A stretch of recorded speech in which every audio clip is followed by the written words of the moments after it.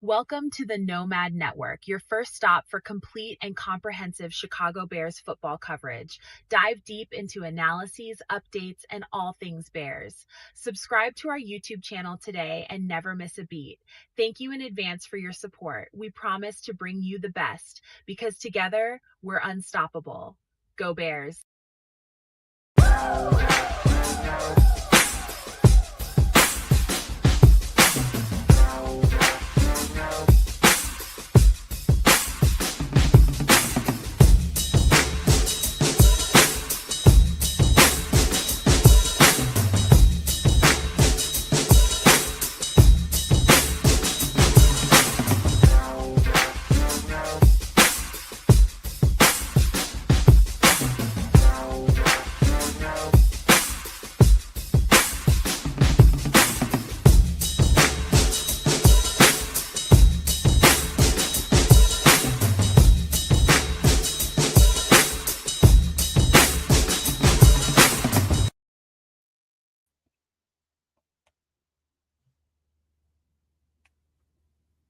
Yo, Nomaniacs. Welcome into another edition of Nomad at Night.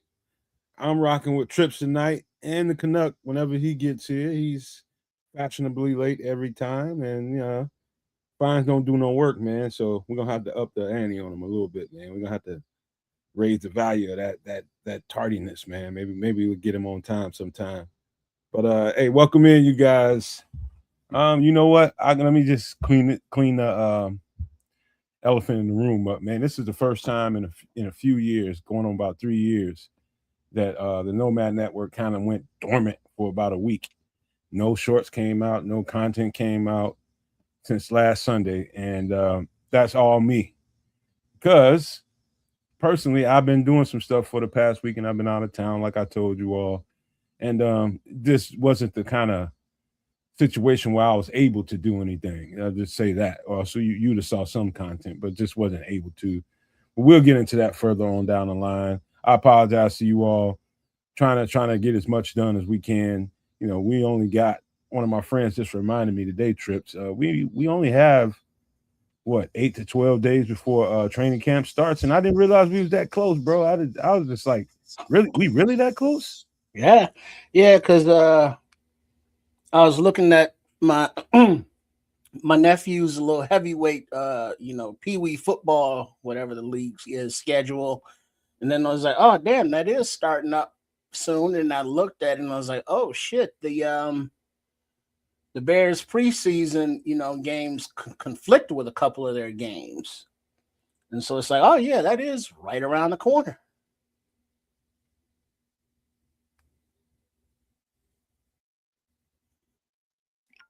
Yeah, my bad, Trips. I was muted. Wow. By the way, I did check out a little bit of that tape you sent me on your nephew, man. I'll be honest with you. I think I know which one he is, but I was kind of confused which number he was. It was 14. It was a couple other numbers. I was looking number 5. 5. I was looking at 14. I started dialing in a little bit more towards the end of watching some of it. I started thinking, I was like, that got to be him. So now I'll go back and watch it again, start from the beginning and check him out a little bit more, man, kind of see how he's going. What up, FFG? Yeah, but that's like the very early tape. And so he did get better, as the season went on, and then I got another season I gotta do before the season starts. Oops. So, it's a work in progress, his game, but looking at the tape, in order like you are, I think you'll be able to, notice the progressions. So it's like now it's like you're not sure what number, but I can, guarantee that in some of the upcoming games, you'll be like, oh yeah, I know that dude's number. Yeah. It's such a fun age. That part of football is such a fun time. It's just like little cats don't know what they're doing, but they're starting to get it. You know what I mean? They right. Don't really get it, but they're starting to get it at that age. It's fun to watch little dudes like that at that part of their lives, and they just really starting to get. They like football and they love it, but the everything tactical that goes on in the game, they're just now starting to understand why they're doing what they're doing. Yeah, they still figuring out their actual, physical body coordination. Yeah, all that going on at the same time. So it's like looking at those little baby deers when they're born, trying to run around playing football and play tackle is like, wow. But yeah, but that also makes it so much, enjoyable to see the progression as they get older, as they get bigger, more coordinated. They, realize it's like, oh, this is how you play this game. And then it's like, the sky's the limit because, they're still shorties. So what is to be is still be TBD. They don't understand it's the hurt business yet. They're not trying to hurt each other. Them little love taps and stuff they do. Mm-hmm. Yeah, I mean, it's just fun to watch little dudes at that age. I can remember probably in the last 5 years, I went out to one of my nephews, practices, and I'm watching the coach go at these cats, these little boys, and I'm just like, look, man. I pulled him to the side, wait till he was done with his players, everybody dispersed. And all the coaches and just walking around. I was like, look, man, hey, I'm not here to give you a hard time like these parents. Yeah, my nephew is out here. But I just impressed upon him. I'm just like, man, I know you want to win. But boy, you gotta let these dudes have fun. All they want to do is run around and wear their uniform and know that they're part of a team. Take it easy. You too serious out here, man. It shouldn't be this serious this early. Right. You got to enjoy the game before you realize it's a business. And now, granted, the business aspects are coming earlier and earlier, but as long as you can, enjoy that youth, the the naivete, the innocence, if you will. It's a lot of I remember those days vividly, man. It's a lot of I can't wait to practice over to go get a pop or go get a hot dog or whatever it was. Or after a game, you go get a little treat or something after the game. Somebody might take you out, your parents might take you out for a burger or something, pizza. You enjoy playing the game, but you look forward to what happens afterwards. That's the age of innocence in football. Pure innocence. There's pure innocence because the game gets much, much, much more serious. And I'm talking about physically. Things that happen, man. I just saw an unfortunate story in ESPN while I was gone. I just turned on the phone and look. Remember Marshawn Nealon that ended up passing away, the Cowboys edge rusher? Yeah. So his family had his brain examined, and he had sure signs of CTE. Oh, he was only a first-year player. And, that was it's a serious thing. And the CTE thing is getting ready to that thing is going to mushroom in a big way. Because the truth is, man, after high school, I'll go and tell you that in some people's high school experiences, really your body is never the same after at least your senior year in high school. But in the college, for sure, after your first couple college experiences, your body ain't the same after that. And it might not be concussion related stuff, but all kinds of things go on in your body, man, that people don't realize happens. Like you go out there and you go take 60 reps in a game. Go take 60 reps in a game on one side of the ball, tackling or getting hit. And I'm telling you, until you experience that on that level and beyond, you just don't know what these dudes go through. Trying to prepare your body, you don't even know. Like the first couple of days of the week after that game, you ain't nowhere near ready to go out there and do nothing else, man. You need a few days to get your body back right. And so, again, with the innocence of a 10-year-old Trips' nephew, enjoying the game like he's enjoying the game, it's just fun to be out there. But if he gonna continue to play, there are much more serious days ahead, for sure. Oh yeah, and then I look at him obviously, but being a team sport, you see the same kids every week, and so it's like, oh yeah, that kid's cool. That kid, yeah, he needs some practice. That kid, yeah, he's still growing into his deer legs. that kid, he looks like he's good. So you kind of do a little scouting, just looking at kids, and it's like, how will they develop? And, do any of them express traits like, hey, that dude was like a baller and he wants to be a baller and he ain't taking no crap from nobody who's saying that he ain't a baller, or is it like, I just want to look at the stars or, have the uniform on or be on the team, so there's a lot of that going on too, but, they're still kids. So, next year they might be into soccer or rugby or whatever. My bad, Trips. Hold on 1 second. What up to everybody out there in the chat? Hope you are enjoying this warm Sunday evening in mid-July. It's beautiful out, ain't it? Beautiful. It is. Hey, so what's your week been like, man? Anything you want to talk about? Well, for those that are online right now, check out the new redesign there at sportschicagostyle.com. Shout out to brandbuilderspro.com for putting that up. And so been collaborating and getting the details on the various pages and working with Chef Trips and Coach Tripping and Trip, to get their aspects of the pages, kind of customized with, their voice, so that's been a week, that's a lot of personalities, to deal with right there. So, the whole website's been redesigned. So everybody's, pages, the recipes for Chef Trips and the ingredients are there. There's still more actual videos to be populated from the current ones, but the format's there and those are still being done.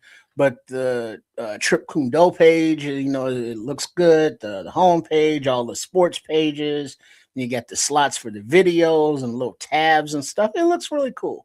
So that's been pretty much of the effort for hours that can turn into days at times.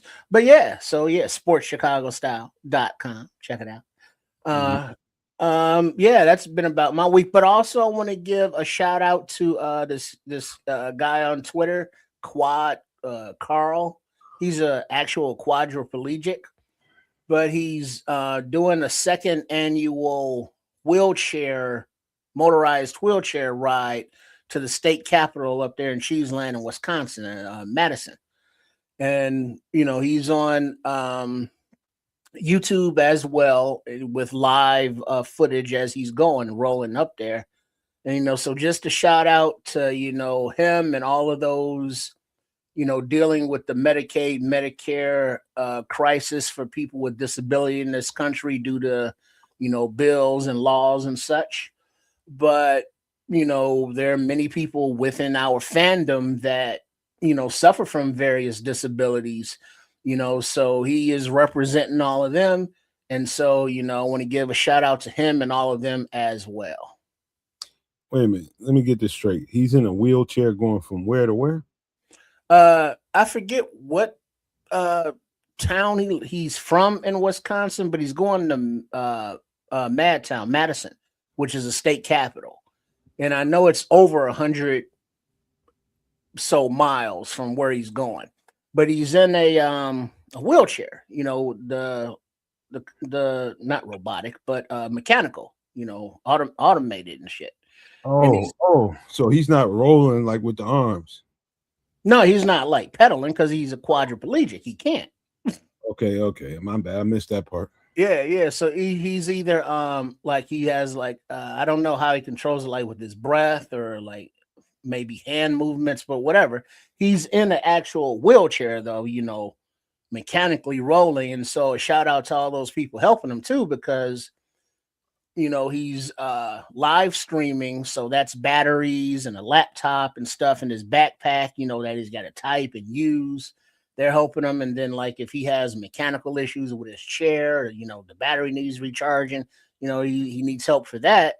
And so it's bringing attention to the necessity for, caregivers to, to help these people just survive and live. So yeah, shout out to all of them. And speaking of trying to just survive and live with whatever difficulties you may have physically, like how was your week down there with the people who had the disabilities from Mother Nature, that caused a ruckus with all their shit. Interesting segue, man. Really good one. But before I get into that, let me shout out the bishop who hit me up this morning. I mean, not this morning, but last night after I got home. And he just wanted to check on everybody, me, you, kids, and make sure everybody was good. And I let him know everybody was good. And can't wait to have him back on the show. So shout out to the bishop. Hopefully we'll get him in here as soon as he can. He's in a kind of a transition period too. He's trying to get some, trying to check some boxes and trying to make sure he's got his stuff aligned like I am. But yeah, man, he asked about everybody, wanted to know how everybody's doing, and the No Maniacs too. So just wanted to let y'all know he was thinking about y'all. Right. But back to what I had to do. Boy, that was an experience. When I tell you it was an experience, let's start with the healthcare part of it. I'm always going to have a certain affinity for people that do that kind of work just because of the kind of work I've always done. And now the kind of work my girlfriend does every day.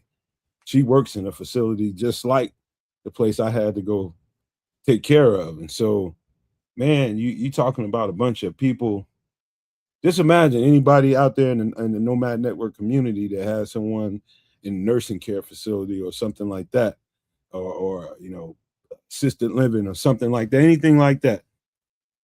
Just imagine, what goes on in a 24-hour cycle inside that place. I'm talking about the functionality of the place, talking about the experience of the people that live there, the residents of that place go through. And imagine a crew like my crew just went in there and has to eliminate the floor, take all the floor out in the whole damn facility. Imagine how disruptive that can be.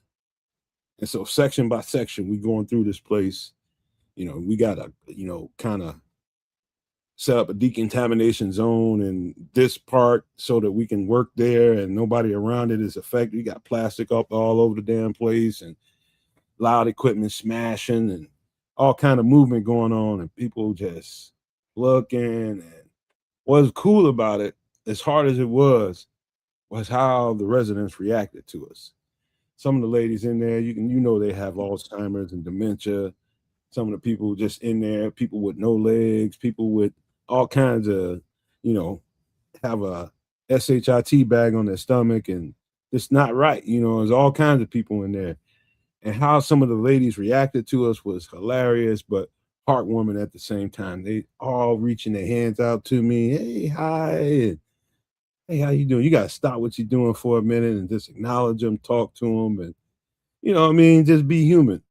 And sometimes, they're trying to get where you're going. They got to go down the hallway where you're working. So you don't want nothing to happen to them. So you're going to give them a buggy ride. You're going to go, all right, I'll get you there. Just tell me where you want to go and we'll take you there. So a whole lot of that was the fun part about it. Mm-hmm. The not so fun part about it was the work, man. So imagine going in a place that all the waters have receded, but you got about 4 feet of damage from the floor. Been there, done it. Yeah. From the floor up. So you're talking about flooring, two layers of it too. I'm talking about tile. I'm talking about a subfloor underneath it. That's got to go. And up to about 4 feet of your body, cut all the drywall out of there. Mm-hmm. All of it's got to go. And so it was a Herculean task, bro. And I'm talking about the ramifications of it. I'm just now really settling in because we just stopped the work yesterday. And man, dude, last night, my limbs swelled up so bad. I played football for a long time, and my body never had this kind of reaction. Never drank so much water and Gatorade in my life.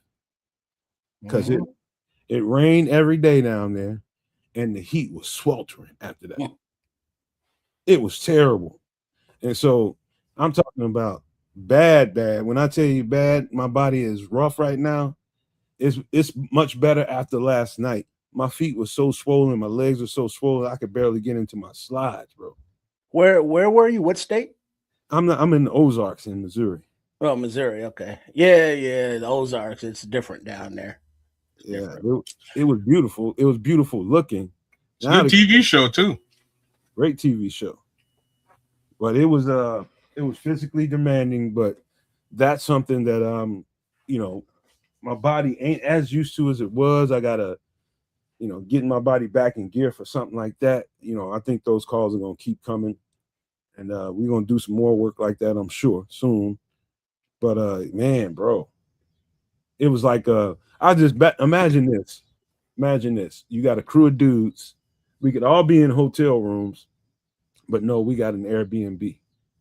And it's like, if you ever seen the show Yellowstone, or all the farm hands and all those rodeo people, they have like these on the same property. They have these like barracks and shit like that, little bunkhouses.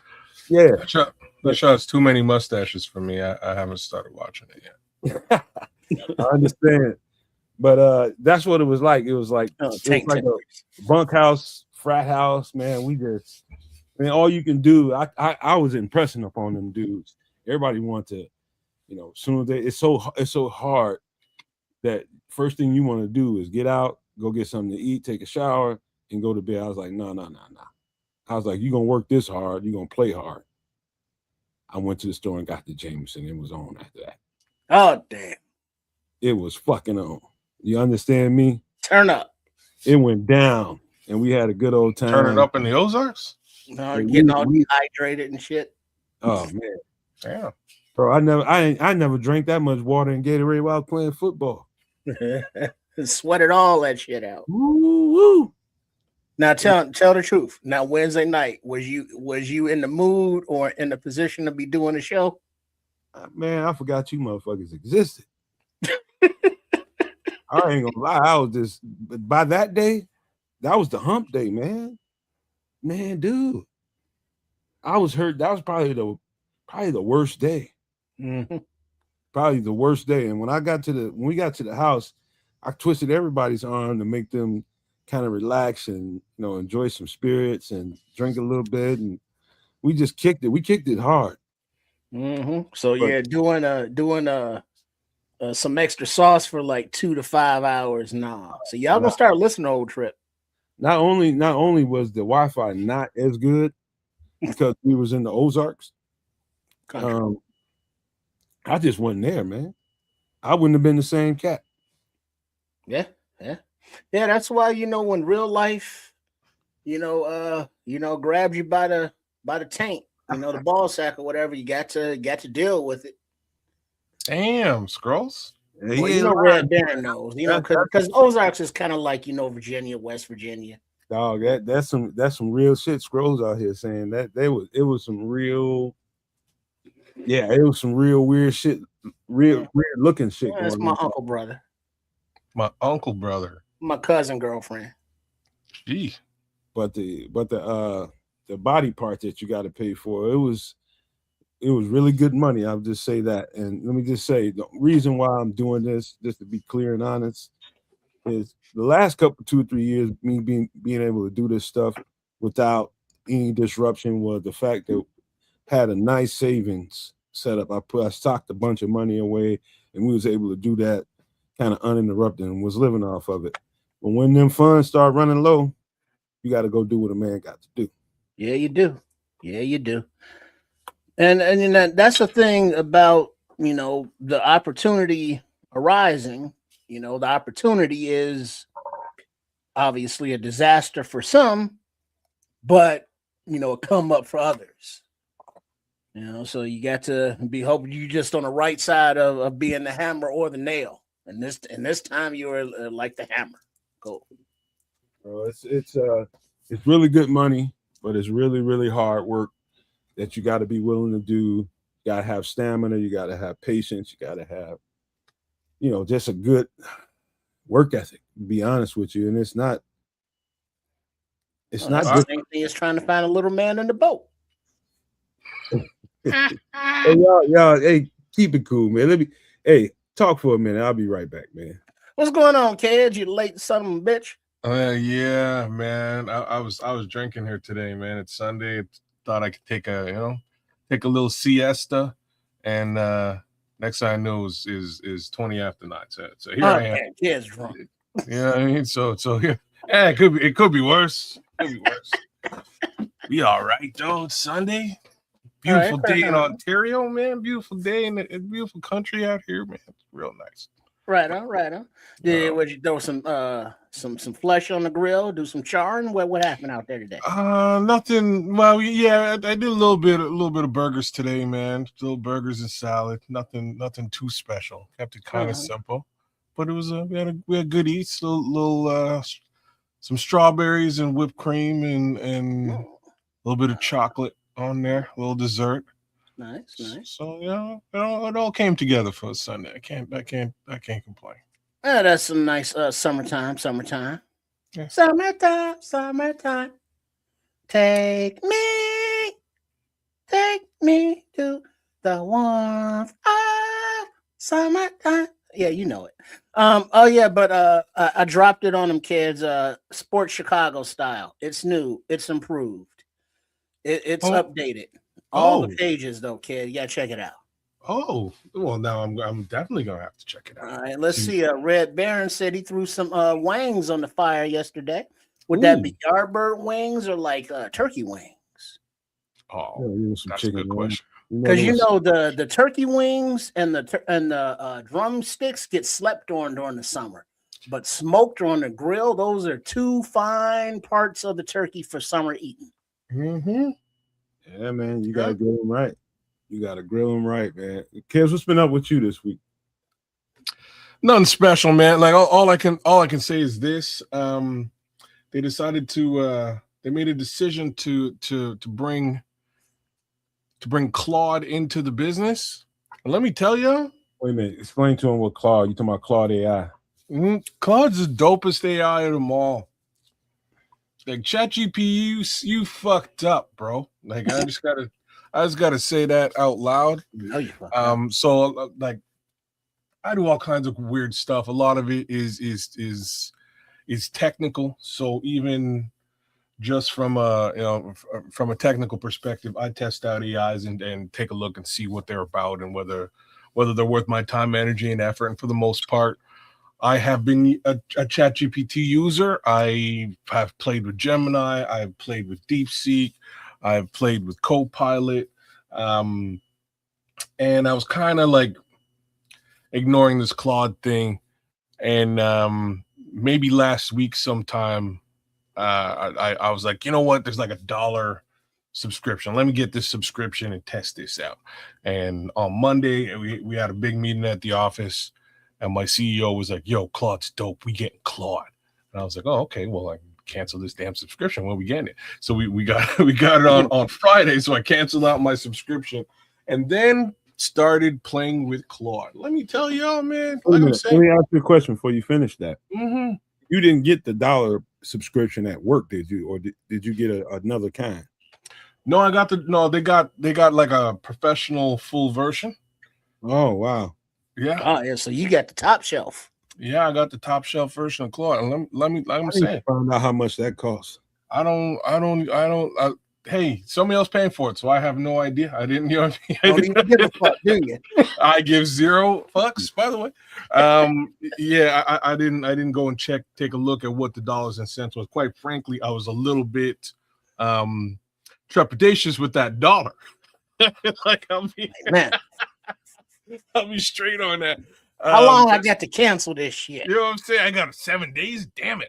I gotta beat it up. So I started messing with it a little bit last week. And then Friday came around and the owner of the business kind of hollered at me. He was like, hey, your license is ready. I was like, all right, cool. So I jumped in. On Friday night, I jumped in and I just started to do some things. And I realized, oh shit, this thing's, hey, what it up, Paul Ski? Hey, real quick, Paul hooked us up with a rookie film, man. He gave us a little version of a rookie spotlight. I'm gonna debut that within the next week or so. A shout out to Bearski Film and my boy Paul, man, for that, man. Big up, y'all. I love him and appreciate him for that. Right on. Courtesy of Nomad Beats as well. This should be some fun shit. So fingers crossed. Can't wait to see that. But yeah, man, I like I say, I mess with Claude this weekend, all weekend long. On Friday night, I was like, all right, so like, what can I do with this thing? So I did a bunch of cool stuff and was very impressed. But what I wound up doing, like slightly more personal, I was like, all right, so Claude, like, let's build a sampler. And it was like, okay, and it like, if I could show you guys what it built for me, and I probably will show you guys after, but if I could show you guys what it built for me, I was like, yo, Claude is legit though. Like it all this thing was really missing, and I'll say all it was missing was like a bank of dope sounds. If I had like a sound bank that I could have uploaded in there that it could have leveraged, it built me a working step sequencer and more or less sampler. Like I could if I had better sounds, I could have been producing tracks. All you got to do is go download some little pocket tools or some what do they call them? They got some little sound. There's tons of stuff like that. Download it and put it in there, man. The real problem is like this is on my work shit. Like that was the only reason why I didn't actually go that extra step and bring the sounds in and really mess. You can make an excuse for that, man. Like I was thinking about doing us some commercial advertising or some shit like that. You can come on now. You can wiggle around with that. I'm not in marketing, so I like let me see what I can do. But like the moral of the story is Claude built me a web-based friggin' DAW in minutes, and I was like, this is insane. Like I don't like, man, I really want to show you guys what it built, but I can't do it.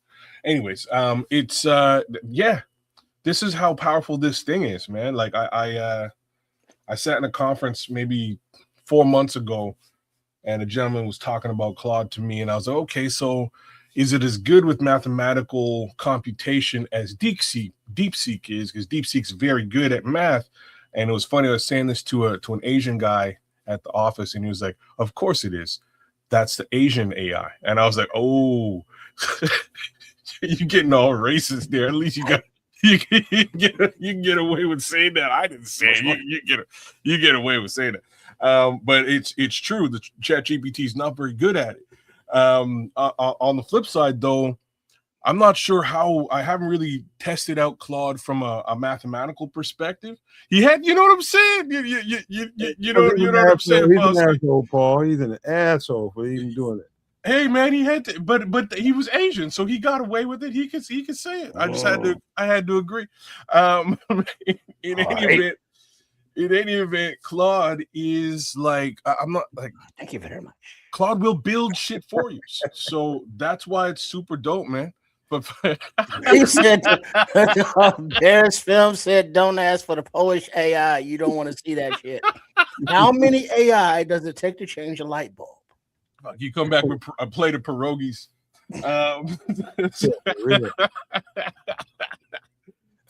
Snap, man. Yeah, man.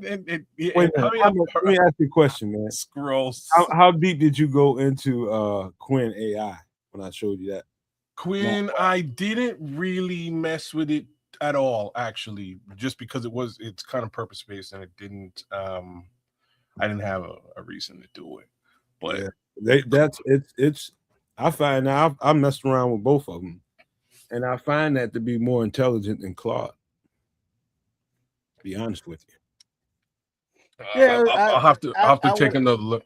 I think I'll agree with that because Quinn is just more intuitive, and it's like having a regular conversation with a person as opposed to, trying to break shit down for a professor that don't speak English. And that's what communicating with some of these AI interfaces is like. So you're right, but not in Claude. My experience with Claude has been very much plain English for the most part, like right down to me actually testing out text to speech and using that to go. It just understood what the hell I was talking about and ran with it. But why it's so powerful, and I don't know about Quinn. I would have to really try Quinn. Why Claude is so powerful is because Claude has connectors into certain programs that you might wind up using.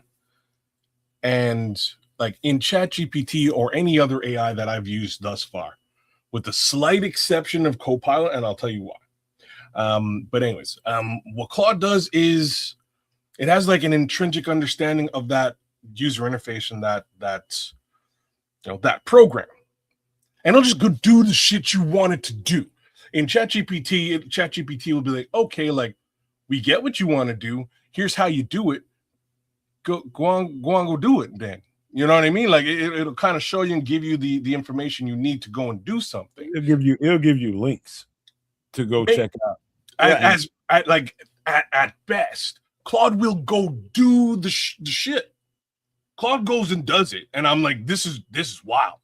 You know what I'm saying? So like I'm impressed. I'm very impressed by Claude, and in a sales role, basically, I was able to pull my entire funnel, clean up my entire sales pipeline and funnel, lickety split and like I've been ignoring this stuff. What is it? It's July. I've been ignoring it for 7 months solid.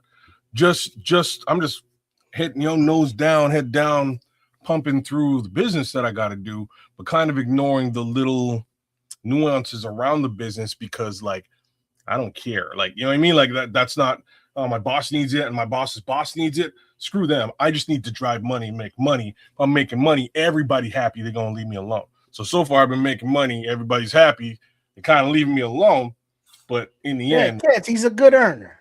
You know what I'm saying? In the end, they're like, but like, how did this, let's connect the dots so we have a story behind the scenes and I can, we can talk about this thing.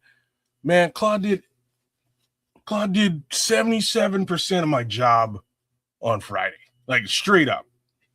And so, that's the thing with you, kids. You're looking for a shortcut for everything to keep you from having to. But that's what AI is.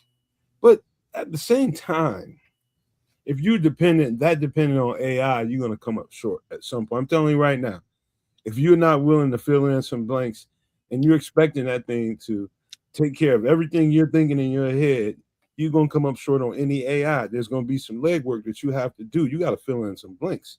Paul just nailed it. Well, that's what the AI is trying to learn to do. It ain't there yet. It ain't there yet. No, what I'm telling you is where it's going. What I'm telling you is it wasn't 2 weeks ago. It is today. 2 weeks ago, I was using ChatGPT to do most of these same functions, and it kind of left me in that, all right, here's all the information you need. Go plug it into Salesforce. Go plug it into, you know what I mean? Go do the stuff you need to do. Cool. I guess I can meander my way through all that, which is what I would have done anyways with or without you, AI. Thanks a lot, ChatGPT. Claude says, screw that. I'm just going in there. Is this what you want me to do? All right, done. And that's what I need so that I can focus on other things. I don't really want to, it's not a question of relying on it because I didn't have it up until Friday. You know what I mean? I would have went and did it anyways. And quite frankly, on Friday, that's what I was going to do until I stopped and I said, wait a minute, if I can get this thing to do it, now I can really focus on the important thing, which is making money. Now, what is Red Baron talking about? What's OpenClaw? Pair Claude with OpenClaw. I'm not familiar, but I've seen it. What's OpenClaw? Another AI thing? I don't think I've ever heard that name. I haven't messed with it, but I've heard about it. All these, damn data centers opening up, and it's like we don't need all these data centers for all this new stuff. Oh, it's a widget assistant, probably. I think is what he's talking about. He said, give it to Claude. Give Claude OpenClaw as an assistant, kind of like a widget would, and you get a better performance. Is what he's basically trying to say. Let's see. OpenClaw is a highly popular open source AI agent that automates tasks and interacts with apps on your behalf. Ooh, like a widget. Ooh, somebody just had a little something. Give him a cigarette. Don't touch him. Like a widget, ain't it? Running locally, it connects with popular messaging apps like WhatsApp, Telegram, and Slack.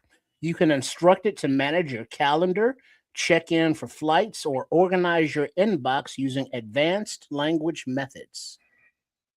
Yeah, ain't none of that shit still worth all the All the natural words? resources these AI data centers is sucking up and spitting out. Well, here's the thing. You're right, Trip, and that's always going to be the viable argument. Meanwhile, that ain't stopping these billionaire clowns from putting them in the ground.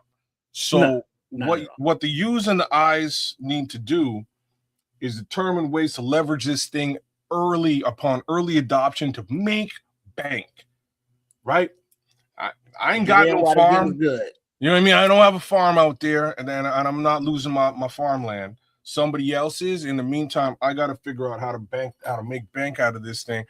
And this is great. So OpenClaw is really cool, Scrolls. I'm gonna try to mess with this here now.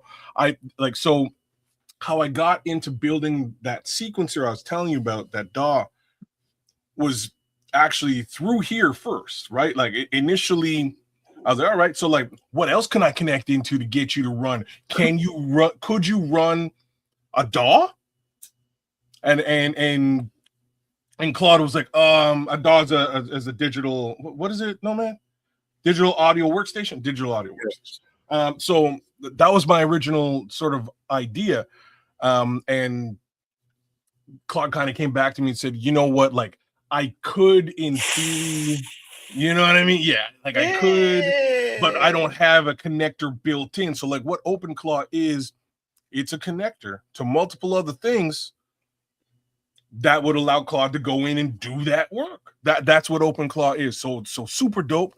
I'm gonna see if I can mess with this. And well, you see, but the thing is, you don't the human aspect of it is, while the workflow is enhanced by these AI agents and tools, you don't want to get it to smart enough to the point where you, as a human being, aren't necessary. Too late for that, Trips. What people are doing right now with AI, helping companies get it all set up, they're really writing on their own tombstone. They're writing their own tombstones out. Well, here lies the Canuck. No, man, no. You're looking at it wrong. The Canuck is saying, I'm telling you, the Canuck is saying, if I can do this here, I could quite frankly maybe go get 2 more jobs doing the same thing, eliminate all the bullshit work, and just be a guy who makes paper. You know what I mean? Just be like that's basically what this. You're talking about, individually sourcing it for your own personal assistance, if you will. There you go. Build your own kids, the Canuck. Yeah, I might be an asshole, but I'm getting paid brand.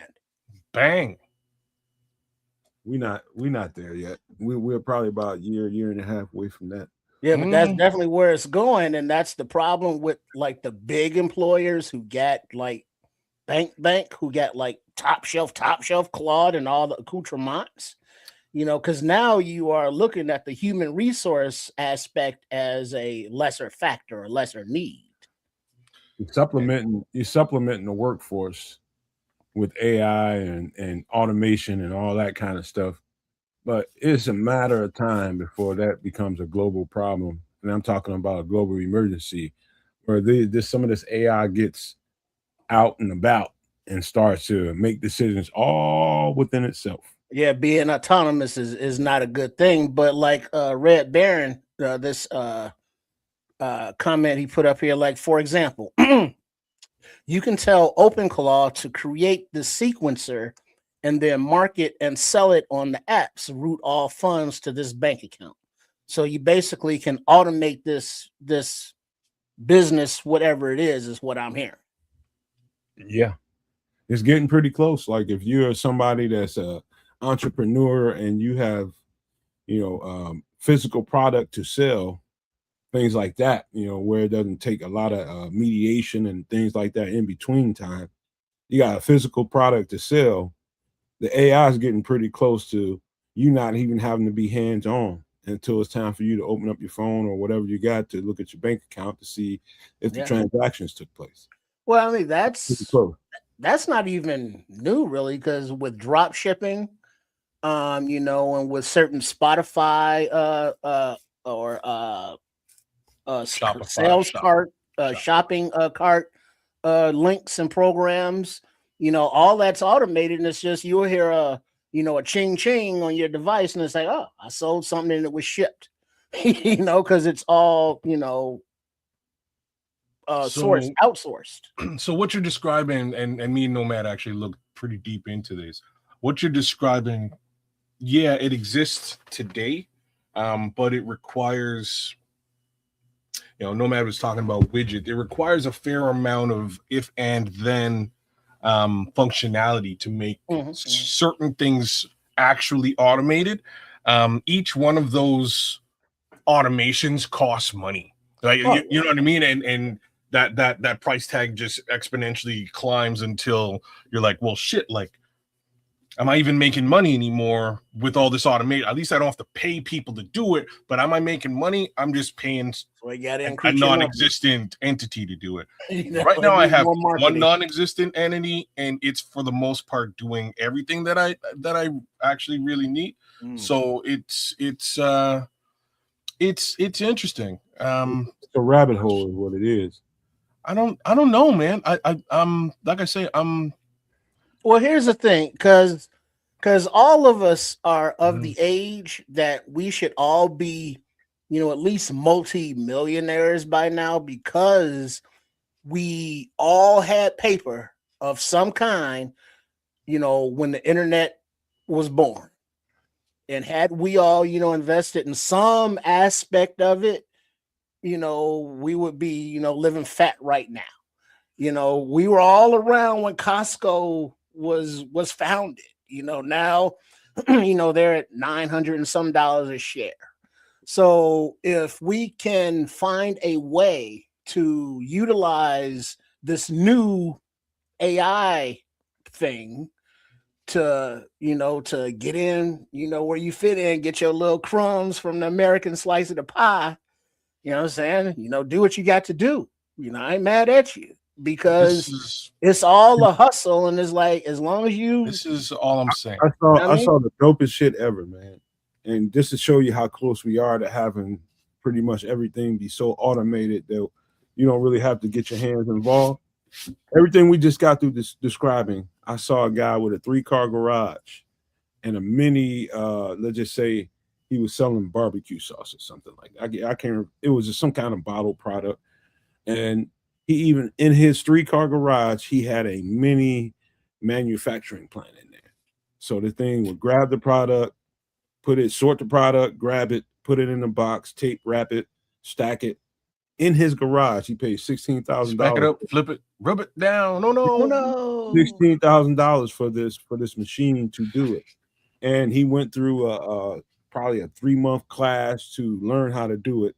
It was a Japanese manufacturer. He went through what he needed to go through to learn how to function with it and repair it if it were to happen, something were to happen with it. And he's in there churning out products, not really even having to touch it. Only thing he has to do is deliver it to where, wherever they're shipping it off to, and off it goes. Shit, that's his workshop. All he got to do is move it outside, because I'm sure, whatever company he's using to ship, is used to picking up from bulk at his spot. I was just going to say, they'll come pick it up at your location. Yeah, Ron, like you're bang on. The like the data center argument is a whole other argument. And not the surveillance part. Well, this is what I'm saying. Like it is all about stealing your information, taking those data points and doing other things with it, right? Peace out, Bearsky. Yeah, Bearsky. Right on, Bearsky. But that's exactly what it is. There's really not much you can do about that, other than, again, protest if you have the ability to do so.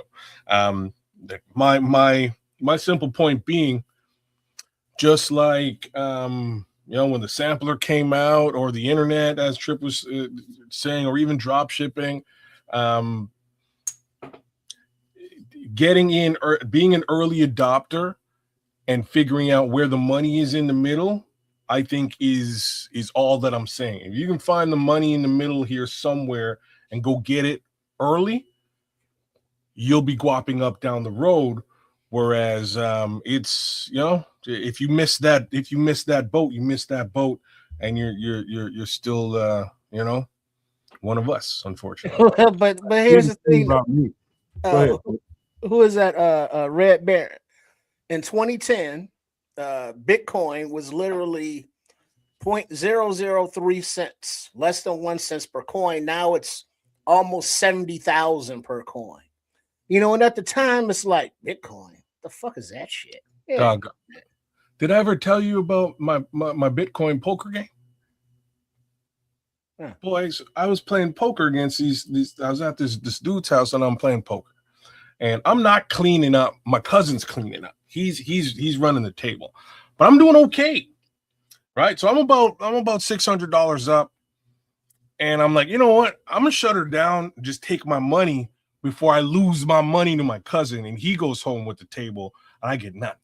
So I'm like, all right, I'm calling it a night. So I go to cash out, and the homie looks at me, the guy who's hosting the poker game, and he goes, so, like, could I interest you in some Bitcoin? And I'm like, what are we talking about here? And this has got to be in like maybe 06, 08, like in and around early 2000s. Like Bitcoin had just come out. And I was like, what are you trying to do? He's like, look, I did this contract. I got paid all in Bitcoin. I got tons of this stuff. I don't know what to do with it. It's worthless. I bought a pizza with it the other day because like I couldn't figure out any other way to spend this shit. It's worthless. But you know, could I interest you in some of this worthless ass Bitcoin? And he laughs, and I'm like, well, like, dog, don't sell it to me or anything. You know what I mean? Like, there's no way I'm taking this Bitcoin, but thanks, I'll take my $600. So I take my $600 and leave. This dude now lives in Hawaii. He's got a crazy spot, boats, whips. He's got it all. He's living it up. And I missed the boat on like $600 worth of Bitcoin at that type of number, like what we're talking about. I think it was closer to about 70 cents to the dollar. But again, you couldn't finding some place where you could actually use it or spend it is next to impossible, bro. I missed that. Like, if you look at the translate that now, like $600. You've been a millionaire, bro. Man, multi times over. Anyways, that's don't do the math. It'll give 2010. Okay, so then it was after 2010. But yeah, like I'm so early mad. stages. I'm still mad about this. Yeah, I remember I told you I was at the collision conference down in New Orleans after the flood. Oh shit, I did the Toronto one. Okay, cool. Right. Yeah. And there was a big Bitcoin thing and blockchain, and so I was talking to what year did you go? When did you go? What year did New Orleans flood? It was a year after that. Oh snap! Because I remember standing taking a picture in front of a sign that was underwater at the time by the convention center. I can't remember. So somebody will let us know. But I'm a reasonably intelligent fella. I can grasp concepts, but there were many of the different booths that dealt with Bitcoin, the blockchain, and all of that. And I looked at the presentations, I talked to them, I asked questions. I still don't understand it. I mean, I was just like, wait, so farming and I get the concepts, I understand the words, but I just do not understand the blockchain. Well, I do think this, man, because we're going to get into some football conversation. I do think this. Like, for all the people that invested in that kind of stuff, good on them. And if you're making money off of it and it's enriched your life in any kind of way, good on you. I do think, I'm talking about the world economy. United States economy is one thing. It's a huge economy. But the world economy is up for an abrupt upheaval. And so all of that stuff that's going on right now, all the investments, all the money, data tracking that you can come up with, it's all going to blow up right in everybody's faces because everything is changing now because of what has happened in the Middle East. So everything that you're doing moving forward, everything, I'm talking about investments, what you're doing with any kind of money, and what you want to do moving forward for the next 5 years to 10 years down the line, best believe you better think about it in another way on how the world is structured now, as opposed to what it was before. Don't do nothing until you see this thing, this deck be reshuffled, and we're in the process of it right now. So any of those investments right now, hold on that shit. I'm telling you right now.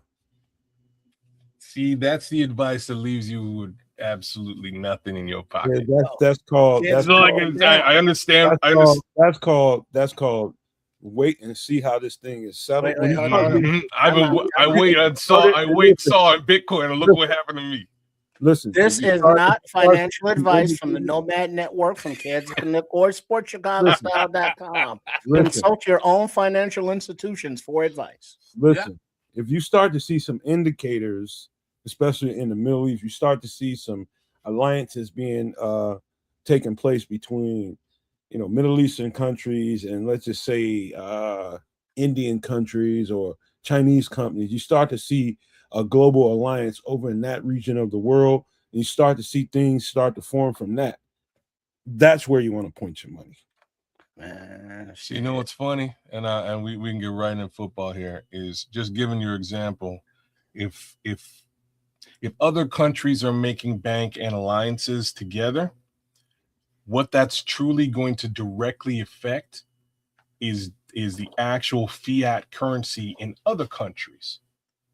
So in that case, you probably don't want to be holding on to fiat. You want to be holding on to something that didn't depreciate because your country sucks and China decided not to do business with you or whatever it is. You know what I mean? So you're saying Seattle Seahawks was a good investment? Well, they did win the Super Bowl last year. I don't see them doing it again. But I mean, that's some cool shit right there. I own the San Francisco part of the 49ers, but I'm gonna still buy the Seahawks and have my wife run the shit.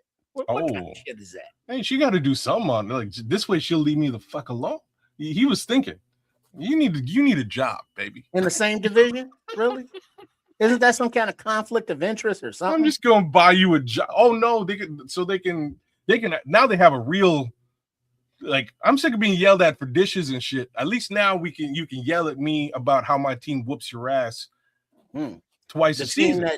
This is a real good conversation and argument that me and you can have, baby. Right? Like this is what I'm talking about. Mm-hmm. Other than that, he just got out of a whole bunch of useless, witless arguments that he was probably been having for 20 years. But he also bought his wife something worth $10 billion. What have you done for your wife lately? Nothing like that. Exactly. And I plan not to either. Sorry, baby. I'm sorry. But facts. Listen. That's, you know what? Oh, shit. She's listening. That's some interesting stuff, man. But you know what? We do owe the fans. We got an hour in of just talking. Well, we got our transition to football right there, though. Yeah, that's a nice little transition. Well segued, sir. Well segued. All right, so what do you guys? Let's just start with this. We'll just do this. Give me a second here to pull it up. What up, Kenny Adams, man? Good to have you. FFG, shout out to you too, and Ron. What up, Ron? We had a couple of signings over the past several days, and Sam Roush, as expected, got a 4-year deal from the Bears. I don't remember exactly how much, but this is what we expected. Him coming in here and showing them exactly what he's capable of and why they signed him. I mean, why they drafted him in the first place. And obviously they were impressed. Gave him a 4-year deal. I definitely went back to his tape last night and started looking at stuff again, and man, they're gonna get their money's worth out of Sam Roush, man. He is so much of everything that you want a tight end. You need a tight end to be in this NFL, not just a guy that runs routes and does a short area catching a 3-yard dump, 5-yard dump. No, he's much more than that. He's an extra lineman in the sequencing of this offense. We have an extra lineman. Remember, I told you that. We drafted an extra lineman that can go out and run routes and catch passes. That's what this guy is. He's going to be an invaluable piece to what we do moving forward. And so the 4-year investment is exactly what they should have done with this guy, and it's perfect. When was this guy drafted again? In the second? Second round. Damn. He was not the first tight end off the board, but I'm willing to believe. Who was before him? I thought he was the first. Wasn't he? I think so. I think he was the second or first. third. If he wasn't the first, he would have been second. I don't think there was 2 more tight ends before him. I'm pretty sure he wasn't the first tight end come off the board. I'm pretty sure he won the second. No, yeah, but I got the feeling that his game, his intelligence, his drive for football from the interviews that I've seen, may have put him, number 1 on the Bears tight end target board, which is why they took him when they did. So his skill set is one that is a definite upgrade over Durham Smythe that we had last year. Better blocking. This rookie will have, and yeah, I said it.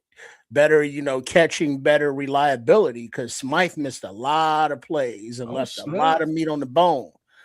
So with the development of the 13 personnel, as Ben Johnson likes to do, Roush being a 3rd round pick. Thank you, Paul.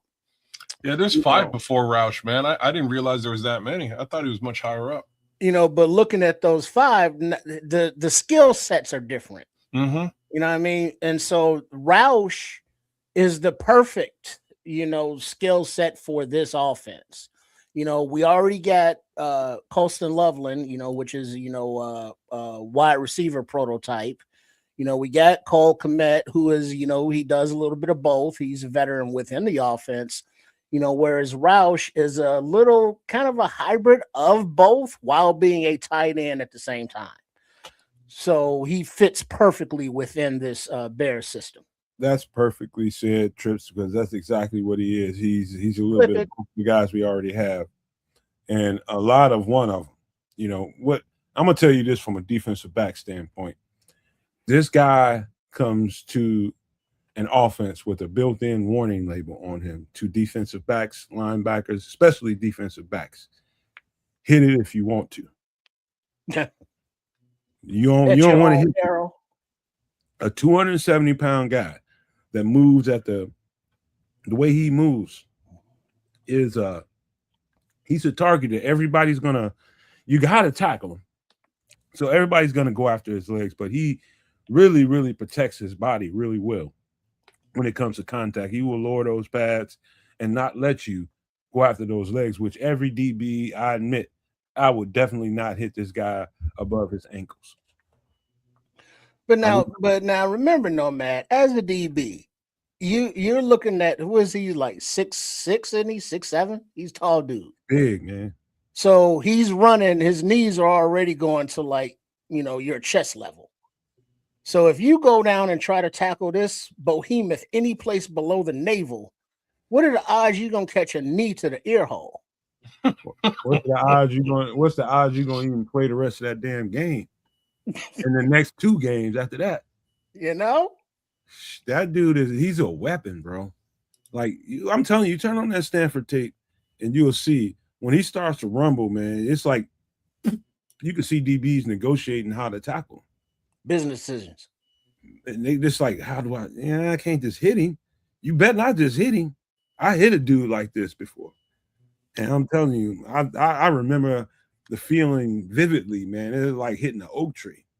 You're talking about a dude that's 175 pounds, 180 pounds, hitting a guy with this kind of just density. Now, how many times you want to do that a day? Man, dude, if I had to do that more than once a day, I'm going to miss the next week of practice, bro. So if he, obviously, he's going to be, tough, because I saw him, hurdle a guy going for his leg. So he's aware of his body. He's aware spatially. So if he sets a tone early in the game against defensive backs or safeties or whatever, it's like, ouch, when they tackle him. And it's them saying, ouch, that's kind of like Olay tackling. It's like, yeah, I kind of took a bad angle, my bad. And that's going to benefit who? The Bears. He's like Travis Kelce with bricks in his pocket. Like bricks in his big, heavy cinder blocks in his back pocket. Like, you don't want none of this, man. This is an offensive lineman running routes and bearing down on you. No pun intended, but coming down on you, the defender, like getting away if you want to, man. He's going to be punishing people. And this is a pure weapon, man. So 4-year deal. I don't know. I'm pretty sure he got probably $1.5, $2 million guaranteed or something like that. But yeah, this is I can't wait to see them apply this dude with those other tight ends. This is gonna be a massacre for some of them teams that want to play us close. And what I mean by close, I mean the teams that want to get right up there and play bump man to man and all that kind of stuff. Man, dude, they're gonna get punished. Yeah, so the deal is it's a $7,336,000 deal. Signing bonus is just shy of $1.8 million. He's making decent money. I think over the course of a four-year term, just about $2 million a year approximately. It's interesting what these second rounders or third rounders are doing in the NFL now. This whole player arrangement or rookie arrangement is just going right out the window. Somebody needs to do something about this relatively soon. I ain't saying he shouldn't have done it. Well, like there was a set rookie scale that came into place, I don't know, a little while ago, probably 10 or maybe even 15 years ago. But it was towards the end of the career of Sam Bradford. Because Bradford came in, made a bunch of money, and virtually did nothing. And it was a little bit of an embarrassing moment in football. So they came out with this rookie scale, and rookies have hated it ever since. Another example is Sed Benson, who we're all familiar with, kind of came in, got paid a lot, and was out in no time, right? So those are just two early examples of guys who made lots of money as rookies, held out, and it came back to bite not only the player, but the league in the ass. So the league decided to do some other stuff, which was, hey, we're just not going to pay rookies up front. We'll make them prove it. And these rookies in second and third round now are sort of saying, you know what? We are worth way more than what your pay scale says. We're just going to hold out until you figure it out. So we're back where we were before. The real upside for NFL teams is that they're not commanding $43 million up front round one.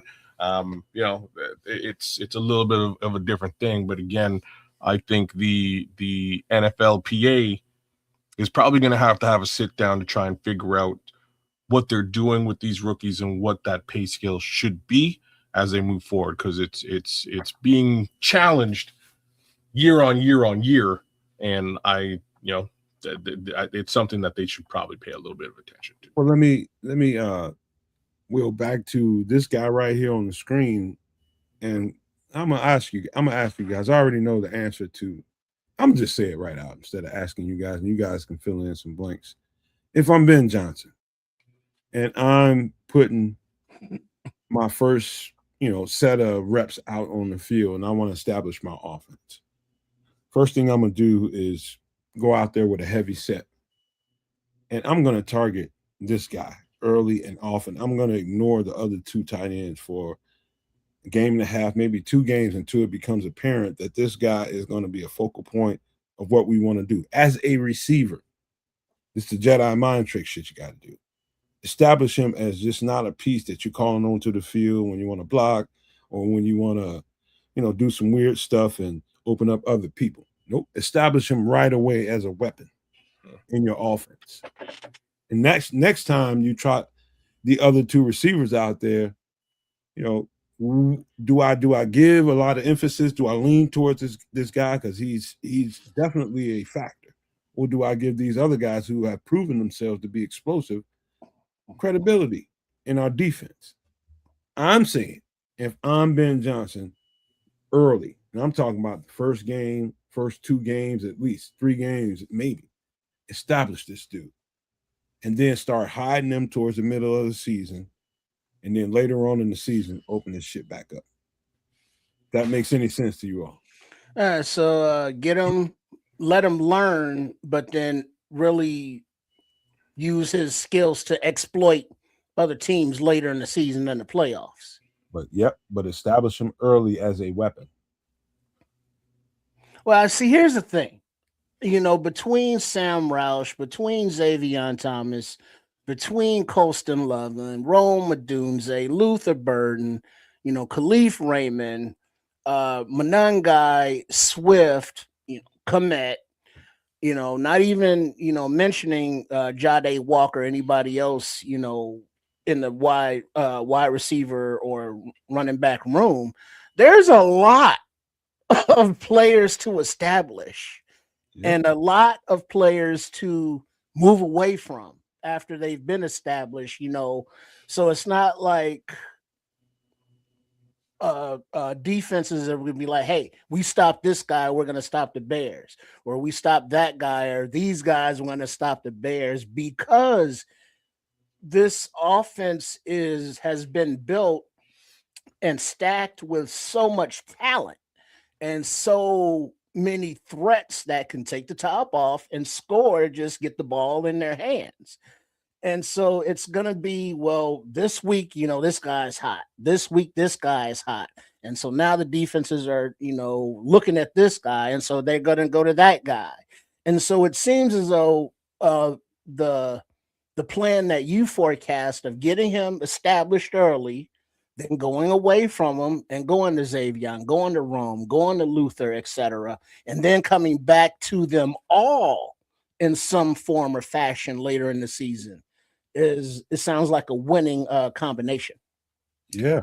Defensively, kids, before you go, defensively, you got to think in the eyes of a defensive coordinator. Coordinator is calling plays. He knows what he's seen in the offseason as far as your tape can tell him. He knows what you like to do. He knows your sets. He knows your formations and all that kind of stuff. He knows it all. But he knew what you wanted to do out of it then. And that was the year prior. But this next year, he knows you want to go and bring some wrinkles to it, right? And so what would a defensive coordinator do? I'm going to answer my own question. First, he's going to play you off for probably about a quarter and a half, maybe 2 whole quarters. And then the second half, he's going to come out at you, with a whole lot more pressure, a whole lot more, physical man-to-man kind of coverages. That's typically how a defensive game goes for, early in the season when you don't know exactly how they want to attack the game. And so what I would say, when you got defenses going to play you off and see what you want to bring to the table, this is a perfect time to establish a tight end that isn't established so that you can hide him later. But go ahead, kids. Yeah, both y'all brought up these points in a very interesting way. So, to be direct, the tight end isn't the guy that I would establish early. The guy I would establish early, very specifically, is Xavier Thomas. That's who I would establish early. Meanwhile, of the tight ends, I know not of the whole repertoire of weapons we have. I'm talking about. Well, this is why I'm saying both of you guys kind of brought it to me in an interesting way, because Tripp expanded it out to look at the offense as opposed to just the 3 tight ends. Now, if we're zeroing in on the 3 tight ends, the only reason that I would not necessarily establish Sam Roush early is simply because I want to see if Colston Loveland and or Cole Kmet, but more likely Colston Loveland, is he commanding a double team? Is he commanding more views from the offense? He will not command a double team no time very soon, but maybe at some point during the season later. But no, he's established with us as fans in Chicago, but across the league, he's just another tight end. Well, then that's what I want, though, right? Like that's if you're saying that, then I want to put my focus on Colston so that he commands a double team. so that teams are aware of Colston and they're focusing their defense on Colston. And now I layer in the other guy who we've been working out for a couple of weeks. We problem is, what are you going to do when they don't double team Colston? Just keep going to Colston. No, I still have 7 other potential weapons to go to throughout the offense. But it just means that the impact here, right? It just means that the impact of the other tight end is going to be more of a specialized thing than a regular. Hey, we're going to hit Sam Roush all day long because y'all ain't paying attention to Sam Roush, right? Man, it's the thing about Colson and Cole, you know what you're getting when you call their number. What the offense, the defense doesn't know is what you're getting when you call Sam Roush's number. And you establish that early, it just makes the other 2 tight ends more viable. And other people around them, of course, like he was talking about. But that is a smart way to go about it. Make sure that you got about, I look at the season in quarters, in about 4 quarters. You talking about the first 4 games, you want to really, really establish this guy and make sure that people know that he's just not a wall ornament. You know what I mean? If you just a blocker. Yeah. He's gonna do that anyway and be that kind of piece, a wall ornament a lot of times during the season. But if you establish him as a weapon early and often, he's just going to be a more effective wall ornament than he was any other way. That's all. All those other weapons are going to get into the game, do a whole lot of stuff. But you get this guy going early, now the defensive coordinators have to go back to the drawing board. They really do. So I'm elated with this signing. Right away when I knew we drafted him, I remembered the tape and I was just like, damn, this is a big bruising tight end. Okay, they really, really want to go hardcore after 13 personnel and really put a hurting on defenses early in games physically. That's the only reason to draft a guy like this early. And to sign him for 4 years, they're going to physically put a whooping on teams. And this comment's going to be a little bit grander than just Sam Roush, but if there was an offense in the NFL that you could compare what Ben Johnson has in place to, what offense would it be?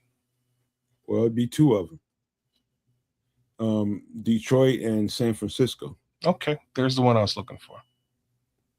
Detroit and San Francisco. I'll just say San Francisco probably 75 times more than even Detroit tight end in Detroit. But Detroit put a physical pounding on you in the run game like no other. But San Fran is right there in that company too. That's the exact team I was hoping that you would fall on. Very specific, and I want Bears fans out there who are listening. Shout out to Paul Rodriguez who just jumped in. I want Bears fans to sort of take a step back and think about that San Francisco offense over the course of the last we'll just say since Kyle's been over, Kyle Shanahan, and you have your established tight end being George Kittle. You have your established fullback, quote unquote, being Kyle Juszczyk. Yeah. You have your gadget guy being Deebo Samuel. And then you're kind of like trying to figure out the wide receiver position, but you've now fallen into a situation where you've got a decent quarterback and then went out and got one of the best running backs in the game. This Bears offense, it's not only very similar, but we have, in my opinion, a much better established wide receiver case scenario than San Francisco ever had. Mm-hmm. These 3 tight ends, and I very much liken, as soon as they drafted Sam Roush and I watched the tape, I was like, oh shit, this guy's Kyle Juszczyk, right away. So you have your tight ends in place. All we're really missing is a quote unquote Christian McCaffrey. Xavier Thomas is about as close to Deebo Samuel as you're going to get, but different. And even, you can work him in just completely different and super cool ways than you ever could with Deebo. But yeah, like all of these things to be said, and a brilliant mind to work with all of this personnel. I'm just so excited to see this offense this year, because it could be a real thing, y'all. Mm-hmm. And we still have to throw in those games where the run game will be more dominant, and so Roush will figure more in that role, as the lead pounder, for Swift, for Monangai. And so now he's a play action threat as well, so he has his own set of plays drawn up for this, that, and the other, as a use check, beyond just the leak out security blanket, if the play goes bad or what have you. So yeah, Sam Roush is a rookie who will definitely be looked at and have expectations to make a early difference, being that he's going to be on the field so much. Mm-hmm. Absolutely. So I'm going to tell you the last thing about Sam Roush and what makes me think what I'm thinking. I definitely go back to the Detroit tape, and when they were just throwing up points on people with reckless abandon. What Ben Johnson was saying in that play calling sequences, in those play calling sequences that he was making, was, yeah, you're going to know where we're going. We're going to run left. Yep. We're going to run right. Yep. And ain't a damn thing you can do about it. Stop it. And then when you start keying in on run left, run right, stretch left, stretch right, we're going to pull the ball out. We're going to drop dimes on you. Mm-hmm. That's what happens when you establish a physical game. Like Corny saying there in the chat, what up, Corny? He's saying it's easy to see what Ben's strategy was in the draft. We're going for 40 points a game. Yeah. 40 burgers. Yep. Incoming. All right. Big up Cornell Bryant. And I'm going to speak for Keds here. And he's not comparing Xavier Thomas to Deebo Samuel, because Cornell Bryant saying he thinks that Thomas is more of a Tyreek Hill type. Mm-hmm. Being a fast receiver, that is comparable, but where the Deebo comparisons come in is the versatility and the ways that you can be lined up on the field from the backfield at any wide receiver position and even wildcat. Plus the return game. If you want to put those two players sort of together, it kind of makes for Xavier Thomas. It's probably a good way of putting it. Xavier does have that type of speed and ability to separate, but Trip nailed it. Like you can move him all over the field in a similar way you can with Deebo Samuel. And I'm saying this as a guy who, like, I've never been a Deebo guy. Like I don't really believe in Deebo Samuel at all. But I understand what offensive coordinators do with a Deebo Samuel type, and it can be very frustrating to a defense. And I expect Ben to do that type of stuff with Xavier. So it's going to be interesting with all of this personnel. I think we're in for some really cool football in 2026. I don't know if that works out to wins or losses or what, but I guaranteed it's going to be exciting as all hell is all I'm trying to tell you. Shout out to AC Adam. Welcome on in, you guys. Yes, AC. What up, AC? And big up to Mojo Jojo Loco. Yeah, man. Welcome on in, y'all. Here's the second signing that happened recently here. It's Big Mason Murphy out of USC, formerly from USC, but more recently from Auburn.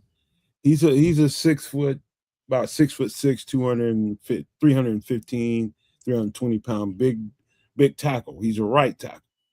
And this is a good signing. This is basically a good pointer to us as fans to have an indicator of what they like right now, who they like so far, and who's impressed them at this point far enough to where they're willing to give him a 3-year contract with some guaranteed money. And Mason Murphy was probably the best offensive lineman at USC, but realized that, okay, this ain't really giving me the notoriety. USC ain't really, in the thickest of anything. And I think he left because of the level of competition they face out there in the West. And he came right to the heart of where the competition was in the Southeastern Conference. And I think that was a good move for him. Competition level went up from game to game to game, and his stock went up. Even though he's a UDFA, it's hard to say somebody's stock went up when they're a UDFA, but at the end of the day, the only thing that matters is what you get once you get to the NFL. How do you impress those coaches? And so I do think he's a tackle, but I do think he's a tweener.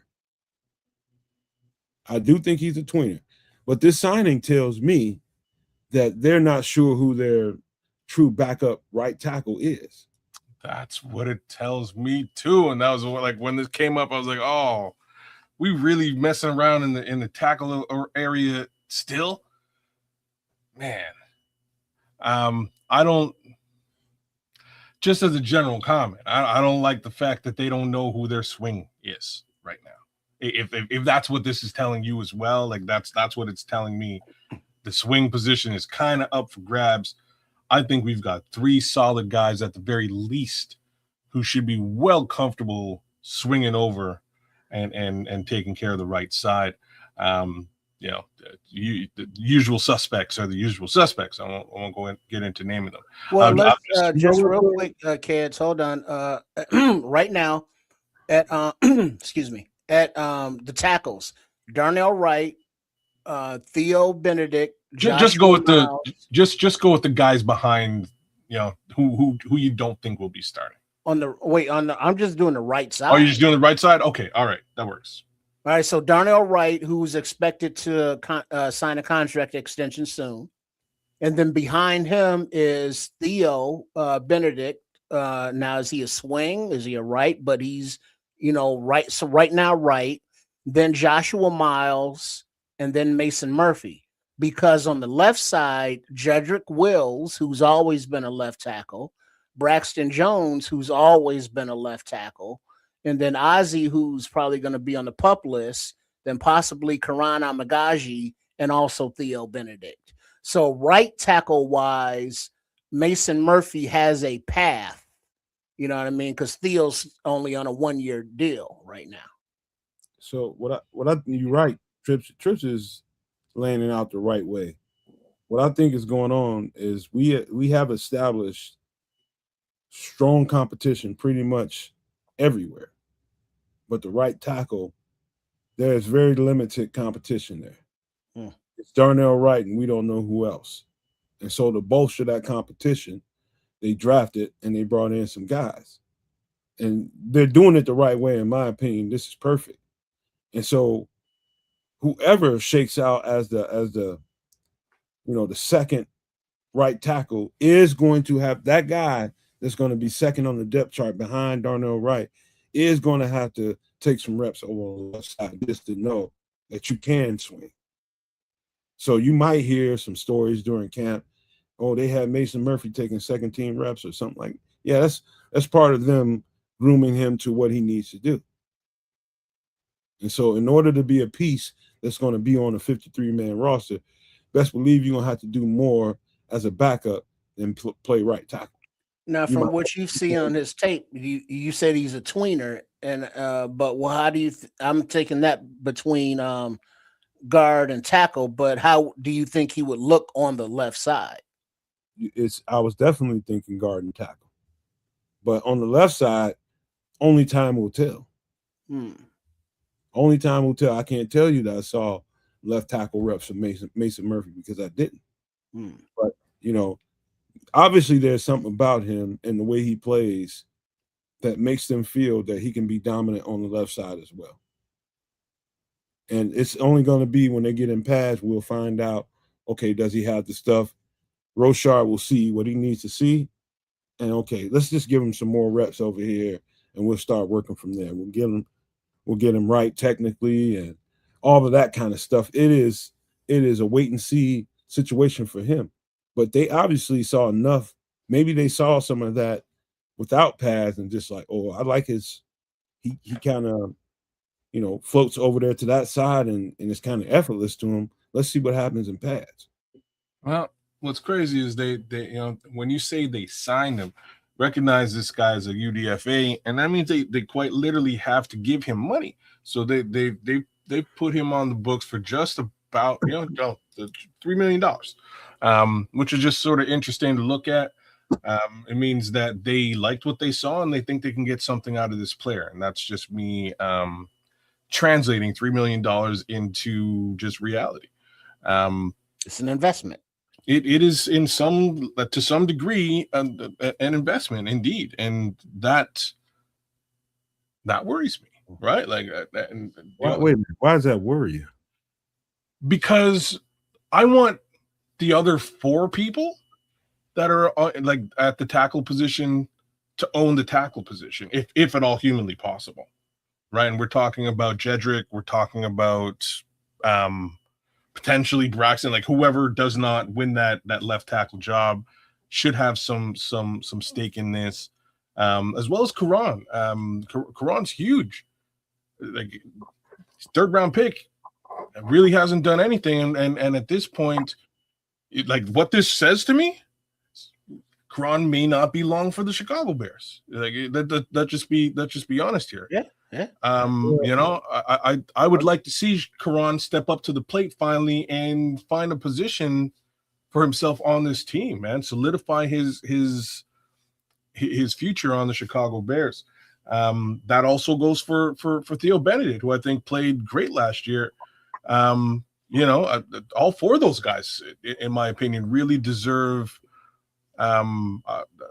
not just a look, but deserve to like. But look at what now. Remember, between Theo, Braxton, and Jedrick, as well as Karan, I think they all pretty much got 1 year left.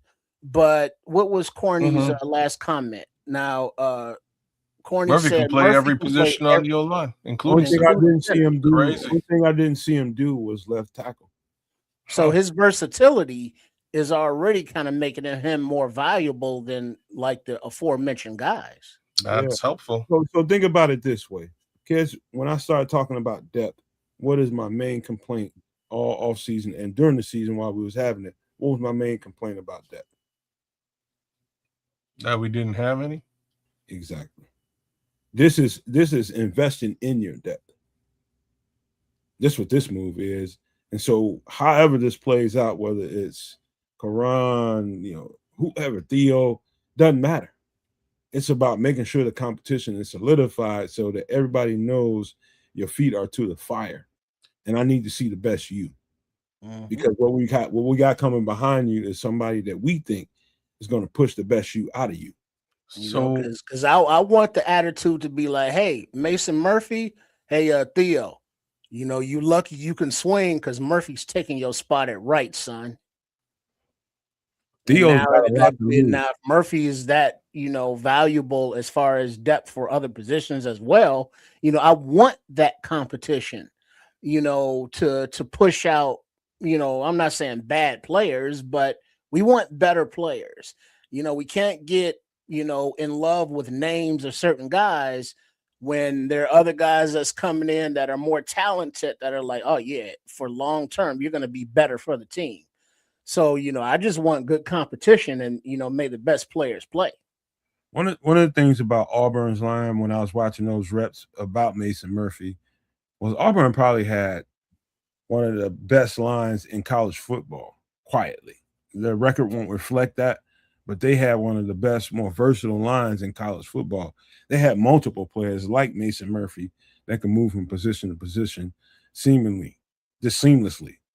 And that's what I liked about some of those guys. They had another guy, number 75. Sometimes he's guard, sometimes he's tackle, sometimes he's center, sometimes he's the other guard. And you could tell who the best 2 offensive linemen they had on the team were. It was 75 and 76. 76 being here, Mason Murphy. He was clearly the best offensive lineman on that team. And he was the leader of that group. And so what they just brought in was a leader, not only a leader, but a versatile one as well. That can kind of, hey, if somebody's hurt, hey, Mason, I need you to kick in there. I know you didn't take that many reps this week. I need you to come in there and get us out this game. No problem, coach. Boom. He's out there on the field. And so who has the most to lose? Yes, it's Theo Benedict and Kieran Amagaji. They're going to have to step it the F up. Well, it also. Oh, I'm sorry, Kez. Go ahead. No, I'm just saying from a competition perspective, it's good to have. For me, it's just the fact that they put money in his pocket, right? Like that's where things make a little bit of a difference for me. What does that tell you, kids? What does that tell you? It tells me two things, right? The first one is they believe in this player, and it also tells me they probably believe a little bit less in one of the guys who's on the team right now, right? Like those are two things that it tells me. And that's why I'm saying it's a little bit worrisome. It should tell you those two players that you're thinking about was thrust upon the team, and they just wanted to see what they had. And the other thing it should tell you is hand-me-downs. Yeah, it should be these are the guys that we want to build from the ground up. And if either one of these two guys stay around, that means they stepped up their level. And so that's what that tells me. But now I also like the character of Mr. Murphy by saying, hey, USC, SoCal, you know what I'm saying, all co-eds, hey, nah, bump all that. I want to increase my draft stock by increasing my football IQ by going, into the lion's den, if you will, to the SEC. No, I'm not going to focus on, one position. I'm going to have the versatility. Now, of course, that may have hurt his draft stock if he was just like a dedicated right tackle, but hey, he's undrafted. He gambled on himself and he got a $3 million contract, UDFA. So that's $3 million more than I personally have. So you know what I mean? So his drive, his determination, his willingness to, put it all out there, I like that. And I think that's part of the character that Ryan Poles looks for with the love of football as well as Ben Johnson. But then the Ben Johnson aspects come, with his Murphy's versatility and his athleticism as well. I think some of the guys that they picked up now, I know Mason Murphy got the guarantees, but don't sleep on another big kid they got out of Utah too. I can't think of his name right now. Jaron Kump. Yeah, he didn't get the money yet, but don't sleep on him, turning out to be a player in this mix too. They invested in the line this year, and some of these UDFAs that people just kind of write off as, they're just no. Hey man, he got the same. Would you believe he got the same deal? Did he? $3 million? Almost dollar for dollar. I'm just gonna back up here just to make sure that I'm not lying. But he did. I missed it. Mason Murphy's making $5,000 more. Wow, that's chump change. Almost dollar for dollar, the same deal between him and Kump. So that also bodes well for Jaron Kump. I had no idea. Crazy. Well, yeah. But now look at I do remember that Jaron Kump, he was also the leader of his offensive line, was it Utah, wasn't it? Yeah. And he has versatility. But if you look at what is happening right now with these UDFAs and young offensive linemen, this regime is now drafting their prototypes, their wants, and developing them, because, we expect Darnell Wright to be here for a minute, but, Jonah Jackson ain't no spring chicken. We're looking at the center we just drafted from Iowa. What's his name? God. Jones, Logan Jones. Mm-hmm. So he's like, projected to be the future in the middle of the line. We don't know how many years Tooney has left, and left tackle's a question mark. So the development of these young offensive linemen is not to be ignored, because we will be seeing these young players contribute, if not this season, definitely down the road as they're being developed.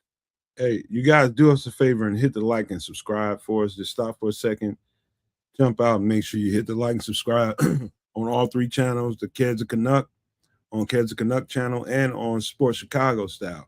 Make sure you stop and hit the like, share, and do all that, and subscribe to all the channels. It's free. This is probably something we didn't emphasize more on the show, but I'm going to say this now, and it's going to be a hot take. I think once again this year, Coach Dan Rochar is going to be the secret sauce to however good this offense is going to be. Let's go. It's because of the investment in the offensive line, the development of the offensive line, which he was brought here to do. He's a master at it. I don't know how he does it, but if you listen to Terran Armstead, he does it in a very discreet way. He is not allowed in your face spitting, do this, do that. No, he's going to challenge you to make you think within yourself, to bring the best out of yourself. And I love that about everything. All the earmarks about this offensive line starts to make me think this is going to be one of the more dominant bunches in the league when he's done with this, and they're just really getting started with it. And it was a really interesting point to put on this offensive line conversation is that Ben Johnson, working, directly with Coach Rochar on the offensive line on, installs or designs or what have you, because Ben Johnson, we think of him being the guy that gets all these receivers open and in the space, but he is very involved, very detail oriented with the run game. So the aspects of the cohesiveness with the staff and having the same visions for the players and the goals, I think we're going to be seeing that in the development as we saw in last year's draft class. People, you know what, Trips? People forget. They see all the flashy splash plays that happen in an NFL offense from week to week, and they forget how all this stuff happens. It is all predicated on how much you invested in the trenches and how well those guys operate together. Those guys, if you haven't made the investment and those guys don't operate very well together, you got a basically a shipwreck just floating out there waiting for the last, missile to come sink it. So I love what we're doing, bro. I'm just gonna say this out loud as well now. So now that I've gone and looked at Jaron Kump, I'm not so sure. I don't know if Garrett Bradbury makes it through camp. There you go again. Well, no, I kind of agree with that because I tell you why. No. When Ryan Poles traded for Garrett Bradbury from New England, that was, right after it was a knee-jerk reaction to Drew Doman. Buddy retired. Yeah. So that was, the quick, reaction. And the reaction, the quality of player is good. Granted, he's older, but it was like, yeah, that's cool. He can be a bridge guy to, our younger center. And so now, with that retirement, what was his name? Drew Doman. Drew Doman, thank you. With Dahlman's retirement, now it's like, all right, we got Bradbury, cool. But now what did they do? They drafted a second-round center who's already, 25 years old. So he's ready to compete now.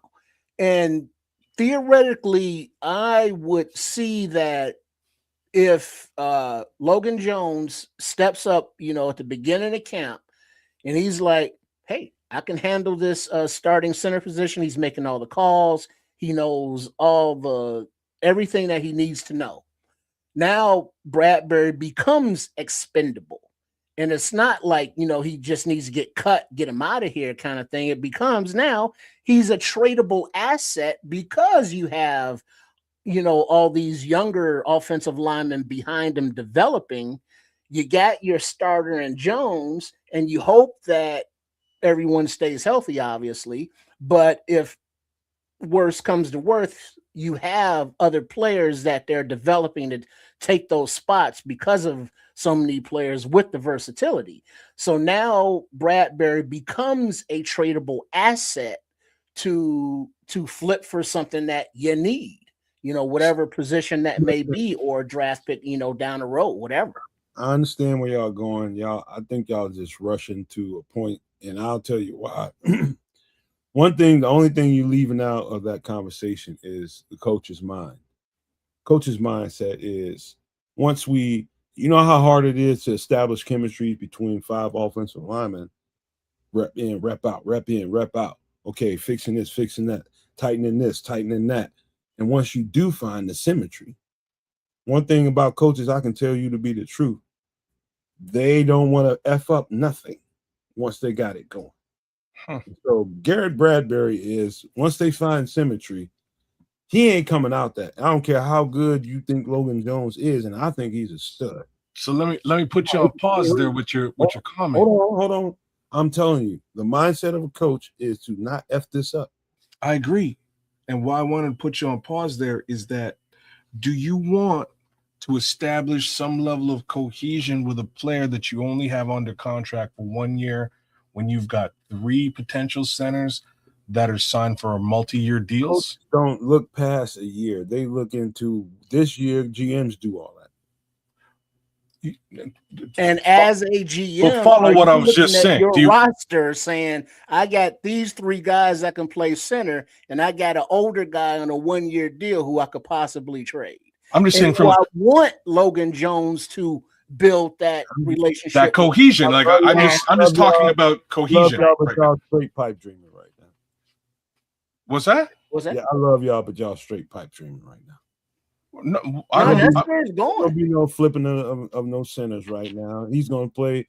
If everything goes right and they develop chemistry and symmetry between each other, he's going to be. This is what I'm asking you, right? He's kids is what I'm trying to tell you. Do you want to build chemistry and symmetry with a player that you do not have not have under contract? Yes, so that you can win next year. But you could do that potentially with Logan Jones. Why would you want to put a if that was the case, Bradbury would never be here if they wanted to put a rookie center under Caleb Williams. He was drafted before. Sorry, they traded Bradbury, then they drafted Jones. They traded for him as a knee because when they traded for Bradbury, they didn't have a center because Dahlman retired. So there was no center. And also the draft was still down the road. Also consider the fact that Bradbury doesn't know this offense yet, and neither does Logan. They're both starting from scratch, right? Yeah. Both of them are. So Bradbury have to royally screw this up is the best thing I can tell you. Well, no, I don't think it's a point of Bradbury screwing it up. I think it's just, does Logan Jones look good enough? Yeah. Because if you look at the trajectories of their careers, we're expecting Logan Jones to be ascending, whereas we know what Bradbury was and what he is, but he's 31 years old.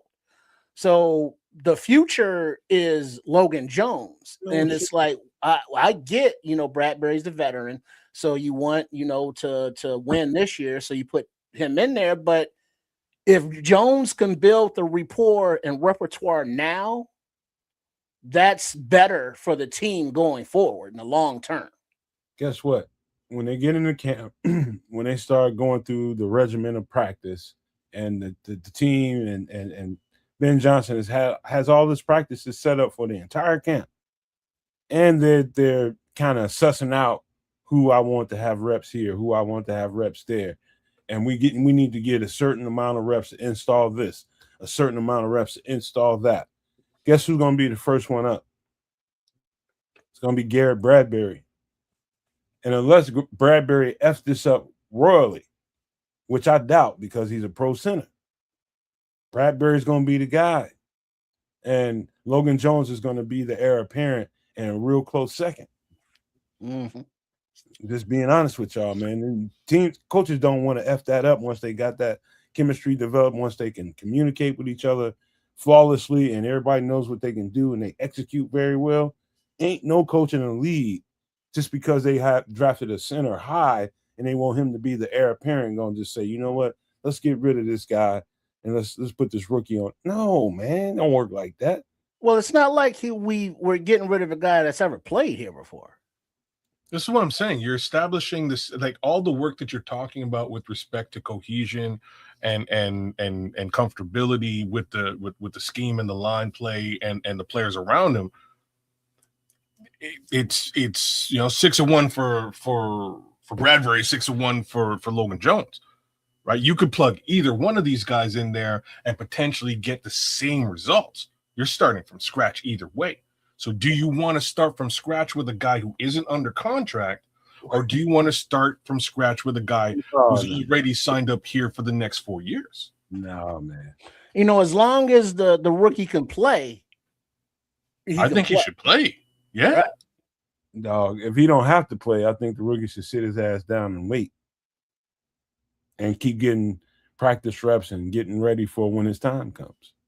That's where we at. Because I just don't want to get Caleb, comfortable with Bradbury, and then he's gone next season. Bradbury, that's exactly. So let's get deep into that for a minute. So Bradbury performs admirably in 2026. Let's say he's one of the better centers in 2026, which means the Bears now have to come back to the table in 2027 and go, okay, Garrett, you were great. We got to pay you now because you're not under contract with us. We got to pay you moving forward. And they got a whole bunch. I guess 2026 is probably the best time for this situation for Garrett Bradbury. 2027. I'll be honest, because again, there's a lot of potential movement they could do from a financial perspective. But again, thank you. Right. So maybe the Bears might be like, okay, so we don't really want to pay you. Logan has come along quite a bit behind the scenes. We want to plug Logan in now. So that leaves Garrett Bradbury in a very Garrett Bradbury positive situation. He can go to any team in the league, get paid very well, but the whole cohesion that you just brought into scope goes right out the fucking window again. So now you got to really build this all up with Logan minus a year's worth of reps. The problem is what you're leaving out is it's not like Logan is on Saturn right now and not knowing anything about what we do here in Chicago. He's been here the whole time. And that's cachet that's, you wouldn't even realize that you're leaving out of the conversation, but he's there all the time getting reps with these guys. He's going to get some reps with Caleb. He's going to see how Caleb operates. Caleb's going to see how he operates, but he's just not going to be the starter. And so that's what, to me, makes it a seamless transition. It's a perfect transition is because he's already getting those reps and getting some of that chemistry established now in situations that you won't never see because it won't happen on a practice field that you'll get to watch. Those things are going to happen. And so they will prepare Logan Jones to take this role. It's just you won't see it. It'll quietly be going on, and you'll be like, hey, damn, we got to look. Yeah, that's the way the NFL works. You got a up and coming quarterback that is rising. Last thing you want to do to have him have setbacks is to put a rookie on him. I don't care how good he is under him. And so that's why Garrett Bradbury is going to be an integral part of what we do. Now, Garrett Bradbury could very well F this up at some point in camp, and they have to put Logan Jones in there, and then we got another conversation. That's possible. But right now, it's Garrett Bradbury's job to lose. Just telling you. You don't want to mess that up right now. Logan Jones is going to get plenty of reps with Caleb. And when it's his time, he's going to execute. This is the perfect scenario for the Bears. Perfect. You're not putting the guy on the field when he doesn't need to be on the field, per se. You're giving him time to make sure that he has a good handle and grasp on this offense, and you're not just pushing him out on the field while he's learning.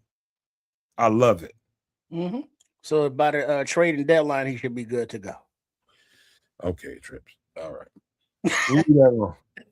But the next guy, he also got some money. I found out today. I don't know exactly when it happened. I've been gone, but you guys are gonna like this. I think Trips loves this guy.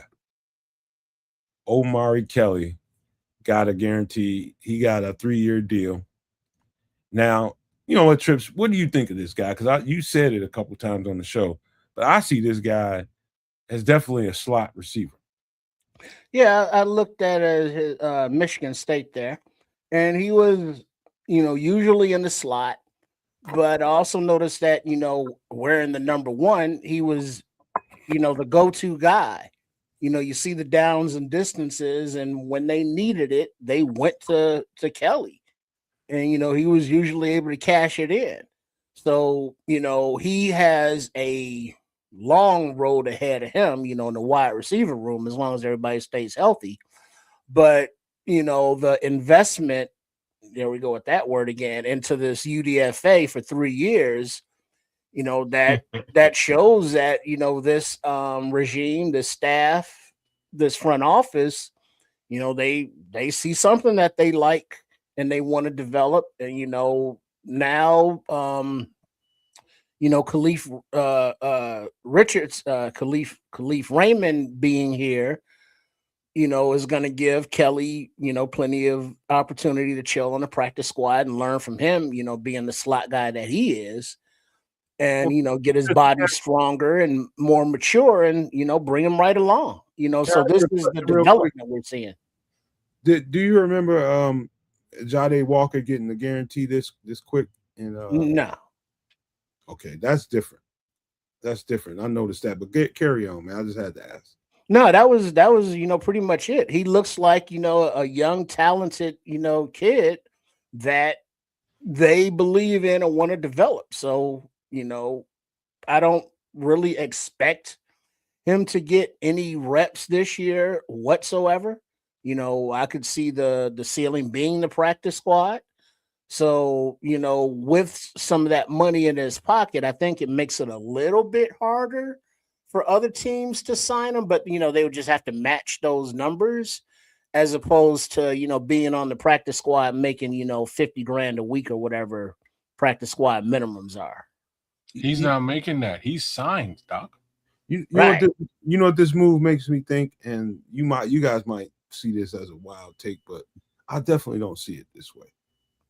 Omari Kelly is there to solidify the slot position. What that means to me, when I start thinking about people like Luther Burden in particular, I think they want him to be more Z or X primarily, and they want this slot position that we saw Luther Burden as a slot receiver when we first got him, and we thought that he was going to come in there and be doing a whole lot of slot work, which he probably still will. But primarily, I think he's going to be an X or a Z. What difference does it make? That from a formation standpoint, that makes him, kind of puts him in a box, but you're going to expect more from Luther Burden from the outside, whether it be X or Z, than from the slot. When you see Luther Burden in the slot, it's going to be kind of a anomaly in the offense. And they just want to wiggle him free. They see a matchup they like, and they want to get Luther on that receiver. But primarily, the guys you're going to see in the slot is going to be this guy, it's going to be Khalif Raymond, and it's going to be Xavier Thomas. Yeah. I think they have solidified the primary slot receivers right here. And I think also that we don't say his name enough, but White Chocolate, JP Richardson, every workout that I've seen, in the offseason with Coach Randall L and the wide receiver crew, JP Richardson's been right there. And he's been primarily a slot guy, his career, his collegiate career.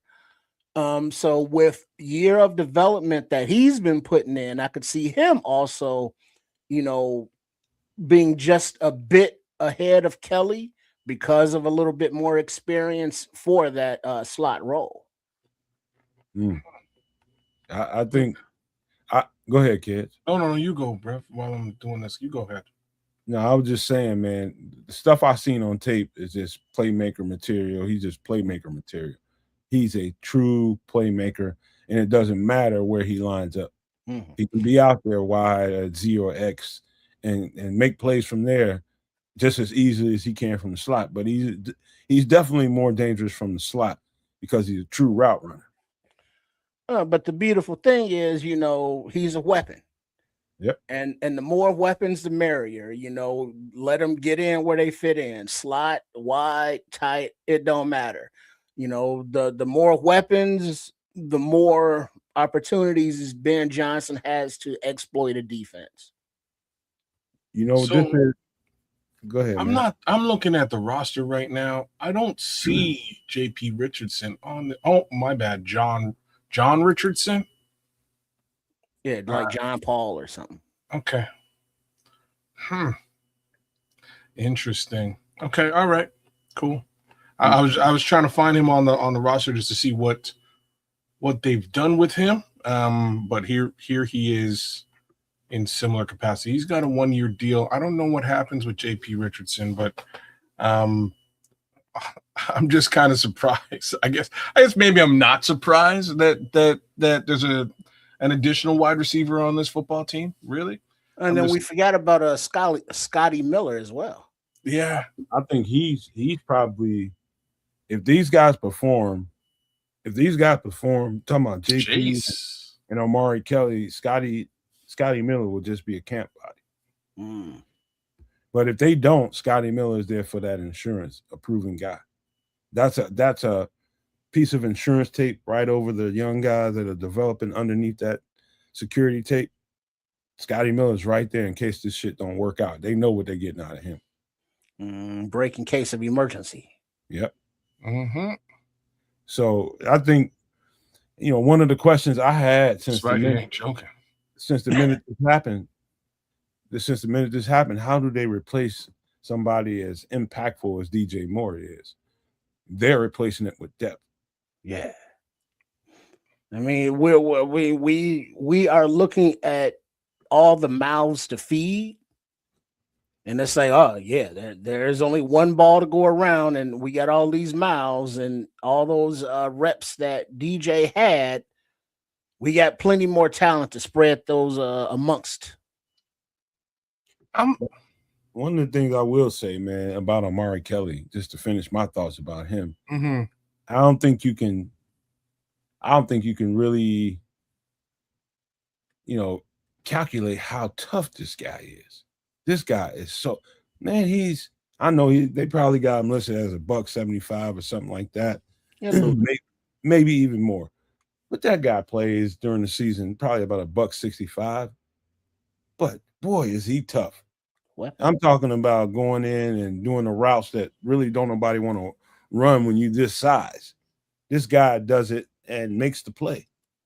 Absorbs the hit, gets up every single time. His physical toughness is relatable to me, to my love for the game. You ain't taking me out. At $165, bro. That's like, I remember how they were clowning what's his name now? Bro, wide receiver in the Eagles, man. Not the one who's left there. Damn. During the season, man, people don't realize you lose a lot of muscle mass during the season. So you can come in the game. He could start off the season at $185, $190. By the time this is all said and done, the rigors of a 17 game NFL season, he's down 10, 15 pounds of pure muscle, because that's how much the game will take out of you. No. Is it Deshaun Jackson? Deshaun Jackson was pretty light, man. Is that who? Why am I feeling it's not Deshaun? It's probably Deshaun. No, it's Smith. Devontae Smith. Because when Devontae came in, he came in at $185, and everybody's like, "Yo, you're skinny. You're not going to survive." $185. You might have been lighter than that. Yeah, he's about like 168, 170. Okay, even lighter than that, right? That's what they were clowning him about. He's played well. He's done a great job over there, and he hasn't really wasn't even caught the injury bug. But he was slim. 75, leaving his grandma's house after Thanksgiving. Jeez, that's what I'm saying. Like, if Devontae can do it, cool. This is pretty slight if you're talking like $165 in the NFL, man. You can get hit, bro. Hit hard. Tough as this guy is, that's one of the things I always. I remember some guys around me playing football from high school to college. Man, everybody counted out because they were so light. Everybody kind of treated him with kid gloves. Oh no, man, take it easy, man. He little, man. Them little motherfuckers be the baddest dudes out there. That's the baddest dudes out there, straight up. That's why St. Brown works, man, because St. Brown is rocked up. And that's one thing that I can say about him over in Detroit. He's cut out of stone. Both them boys are. Both them St. Brown boys are. So, in the slot, being a smaller guy, I get it. But NFL's an MF, man. When it comes to them hits, you never know what you're gonna get, what's coming your way on any given Sunday. I think this is your 2026 version of Jade Walker in 2025.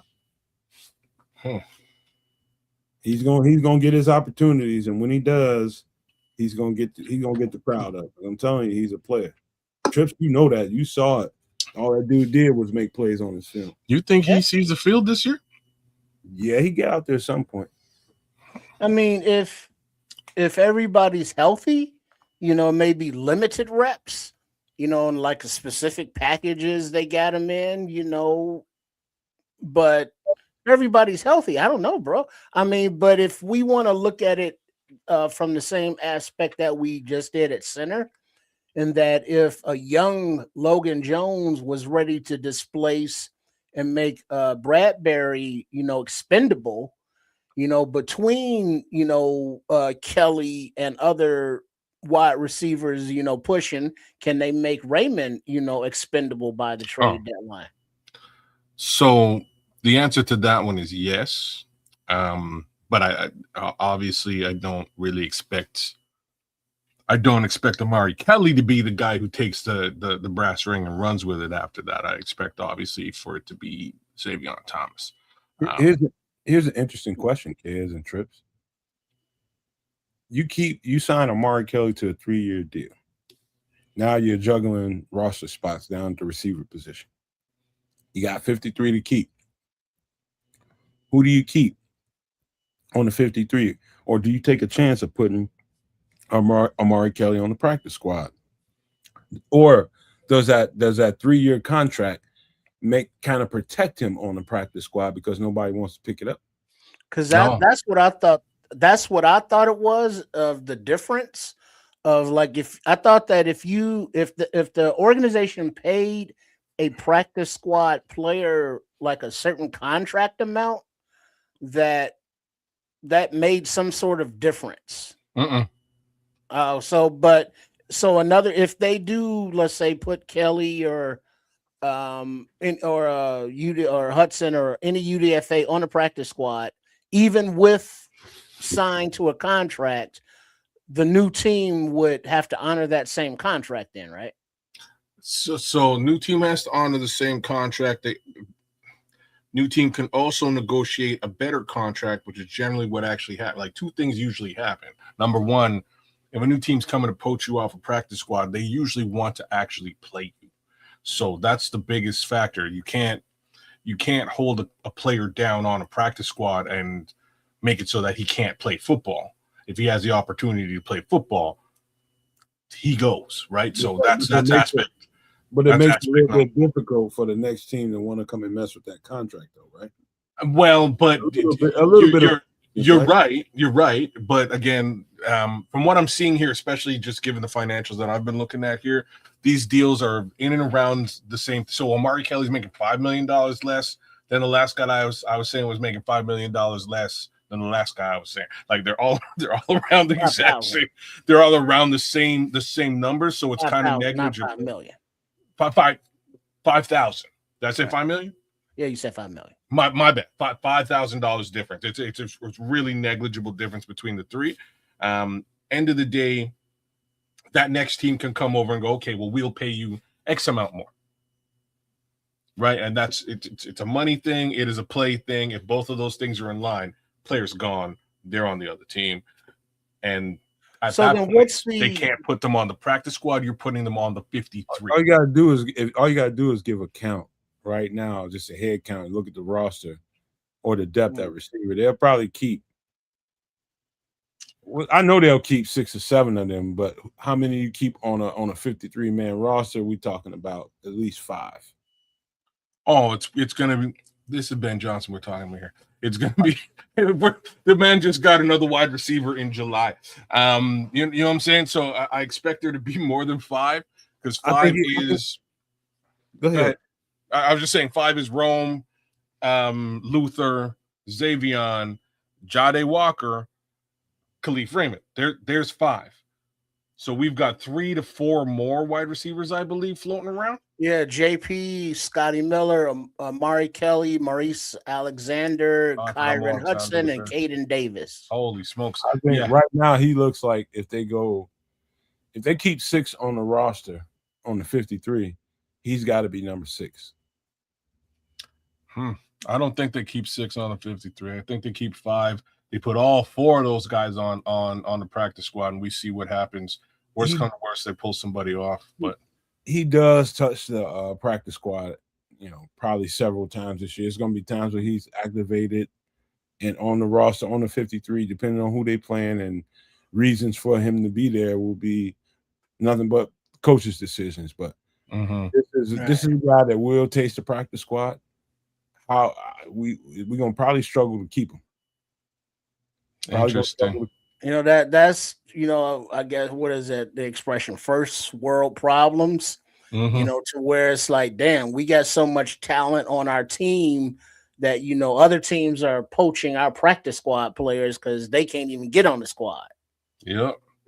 There's other teams out there for sure value Amari Kelly and looking at chops at a chance to get their hands on him. Trust me, we ain't the only ones that value Amari Kelly. The question would be, why would him and the others be making so much? Is it because they had other offers from other teams, and the Bears outbid them as UDFAs? Well, that's an interesting comment, Trip, because really these are our UDFA talents that are signing on for 3-year deals. And I'm not saying that these 3-year deals are exorbitant big money, but still it's a 3-year commitment, which I find a little bit weird, right? Like if you're just going to sign on a UDFA, in my opinion, you do it for 1 or 2, see what happens, cut bait if it ain't working out. 3 years, that seems to be like an actual investment in a player. So maybe you're bang on here. Maybe this is just damn, Amari Kelly was being looked at by the Patriots and like we didn't want him to go over there, or maybe the Packers are looking at him, we don't want him to go over there, and then have the same mentality for your Marlon Murphy and your Jaron Kump. But I don't know. The only thing that makes sense to me is the structure of the contract makes it more difficult if we have to put him on the practice squad for other teams to deal with. Kind of helps secure him, because you're right, they can get him, and once they get him on the roster, they can ask him to restructure his contract. He doesn't have to, because he's already got something with Chicago. And so that kind of builds in kind of a indirect barrier with him, I guess. That's the only thing that makes sense. Well, if you keep him on the 53, it does. Once you put him on that practice squad, Bill Belichick comes knocking, or like he's not even a coach, but like if somebody comes knocking and says, "Hey, look, I'll pay you $1 million more and put you on the field," he's out of here. There's no loyalty, no questions about it. I get to play football and I make more money. Where do I sign? See you. Peace. You got to be pretty desperate, because teams are pretty tight with that kind of stuff with practice squad players. And so I think they did it right, putting that contract on them, guaranteeing him a certain amount of money. He doesn't have a choice if a team picks him and says, we want you to put. He can always say, I don't want to play for you, I want to play with Chicago. Don't waste your time. He can do that. His agent can do that. Yeah, that's why we just gotta hope. We gotta hope that the positions that we don't want to lose players at, that everybody stays healthy around the league at those positions. I just because if something happens and now teams that weren't shopping for a wide receiver from another team's practice squad, now they are. We want to avoid those situations as much as possible. Yeah, you can that thing can go another way. You know, he can get scout by another team, and he's already got that guaranteed money in the bank. That money is in the bank. And Money in the bank. And some other team comes in and wants to grab him. I'm telling you this. I think we stand a good chance of keeping him on the roster because there's always injuries and always, you know, it's stuff that happens. Knocking on wood, but we need this guy to stay with the Bears with the C on his helmet, man. To see this out, man. I really think anything they can do to get this guy on the 53-man roster is going to be important. Yeah, he's a baller. He's a baller. So, in your opinion, both of you, because I haven't had the chance to look at Omari Kelly, if you were to compare him to Squirrel White, what's your, you know, how would you feel about that comparison? Either one of you. One, I tell you, one would be way more explosive down the field and way more big play capabilities, and that would be Squirrel White. The other one is more dynamic in between the hashes, in between the numbers, and can bring more to the table. Squirrel's tough too, but this guy's proven to be game in and game out, hit in and hit out. I can absorb that punishment and get up and get to the next play. And just from my looking at it, because Squirrel is what the Volunteers, Tennessee, and their utilization of him in their offense was just different than what Michigan State did.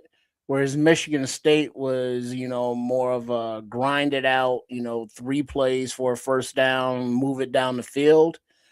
And Tennessee was more of a kind of, hey, let's get some chunk plays. Mm-hmm. Squirrel White benefited with those chunk plays because, he was fast and squirrely, hence the name. But Omari Kelly was, Michigan State's workhorse. He was their stud. And also he's bigger at 6 feet, 188 pounds, and he runs, a 4.4. So he's not small and he's not slow. So his toughness and, his intelligence, because they utilized him in so many different formations and lining up all around the field, he's, I think, more rounded a prospect than Squirrel White. Let me say it to kids like this, kids.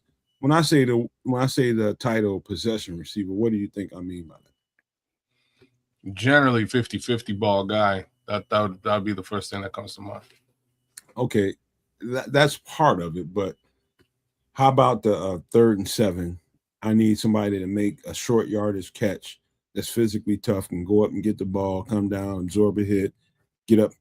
Okay. He was that player at his size on Michigan State. Tripp saw it. Right. When you need it, they went to him. And the other team knew they were going to him, but they still went to him. That's the difference between him and Squirrel White. Okay. Sounds a little bit more like a DJ Moore. But again, you're saying a little bit smaller. Yeah. But yeah. Okay. Similar skill set, but smaller stature. Okay. That's I don't even know if I express how impressive that is. At a Big Ten school, at his size and stature, you're the possession receiver. You're the go-to player on the 3rd and 7, 3rd and 8. When you're gonna get blasted. You run into traffic, making a contested catch. I know he's gonna come down with the ball. The quarterback trusts me. Game in, game out, it was number 1. Obviously he's wearing the number 1 for a reason. Huh. That's not a number that Rudy Poots get to wear. All right. I just wanted to sort of get a bit of a comparison there because in my opinion he's sort of the Squirrel White replacement, but it sounds like he's better. I was gonna say it sounds like he may be a potential upgrade, which is great. Squirrel White ain't out of it too, by the way. Whatever's going on with him, there's an opportunity for him to wiggle his way back into the situation by way of the way the NFL standards are set up. I'll get into that a little bit later on, but I looked into that situation and there's a pathway back to this team if they want him to have a pathway back to the team. Now, wasn't he hurt or something? He retired. Yeah, it's something went on there. Something went on there, but he did it the right way. I googled this stuff, and it's way back to the team, and he could. I guess they would call this, when I was playing football, a hardship case, where something happened and somebody needed to make a decision. He didn't want to be cut. He still wanted to play football, but I need to spend more time doing something else. He can declare a hardship. That was the terminology when I was playing football. This era, this different now. It's different now. So he could, who knows, man. So he got some old personal, something's going on, outside. So, deal with that. Just retire and put that on paper. So that gives you an option when you want to come back. But, selfishly as a fan, our room is, I think, pretty deep without him. There's guys battling just to make the roster. So our talent level is much, much, much improved. Thank you, Ryan Poles. Finally, boy, Squirrel White would have been a nice. That is a bad little dude, boy. Yeah.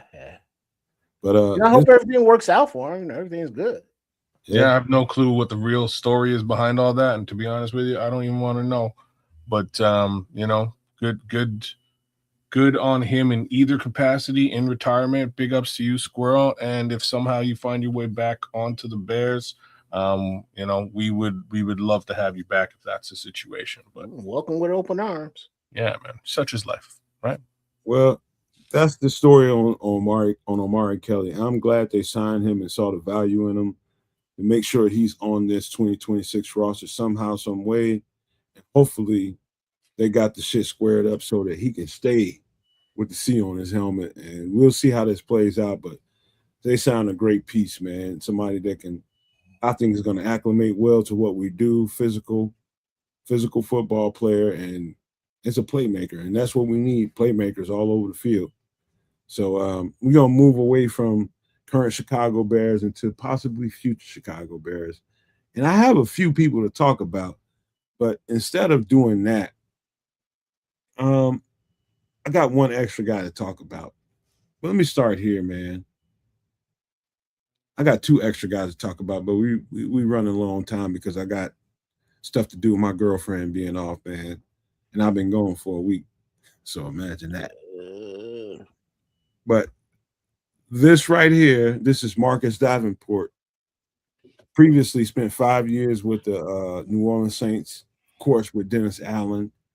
Ended up moving from Dennis Allen to, I want to say, Minnesota or Detroit. I don't know which one happened first or second, but he went to both places, and he had some injury riddled seasons in Detroit specifically. He's coming off his last season with Detroit, came off of an elbow injury. Now, I'm going to tell you something. Depending on how this thing develops in camp with the edge rushers, depending on how this develops, when they put the pads on, if things aren't looking the way that Dennis Allen expects it to look, and the coaches delight, and they like what they're looking at, I guarantee you, at some point during this camp or after camp, if it's not right, Marcus Davenport will be a Bear. 29 years old, 6'6", 285 pounds. He's perfect.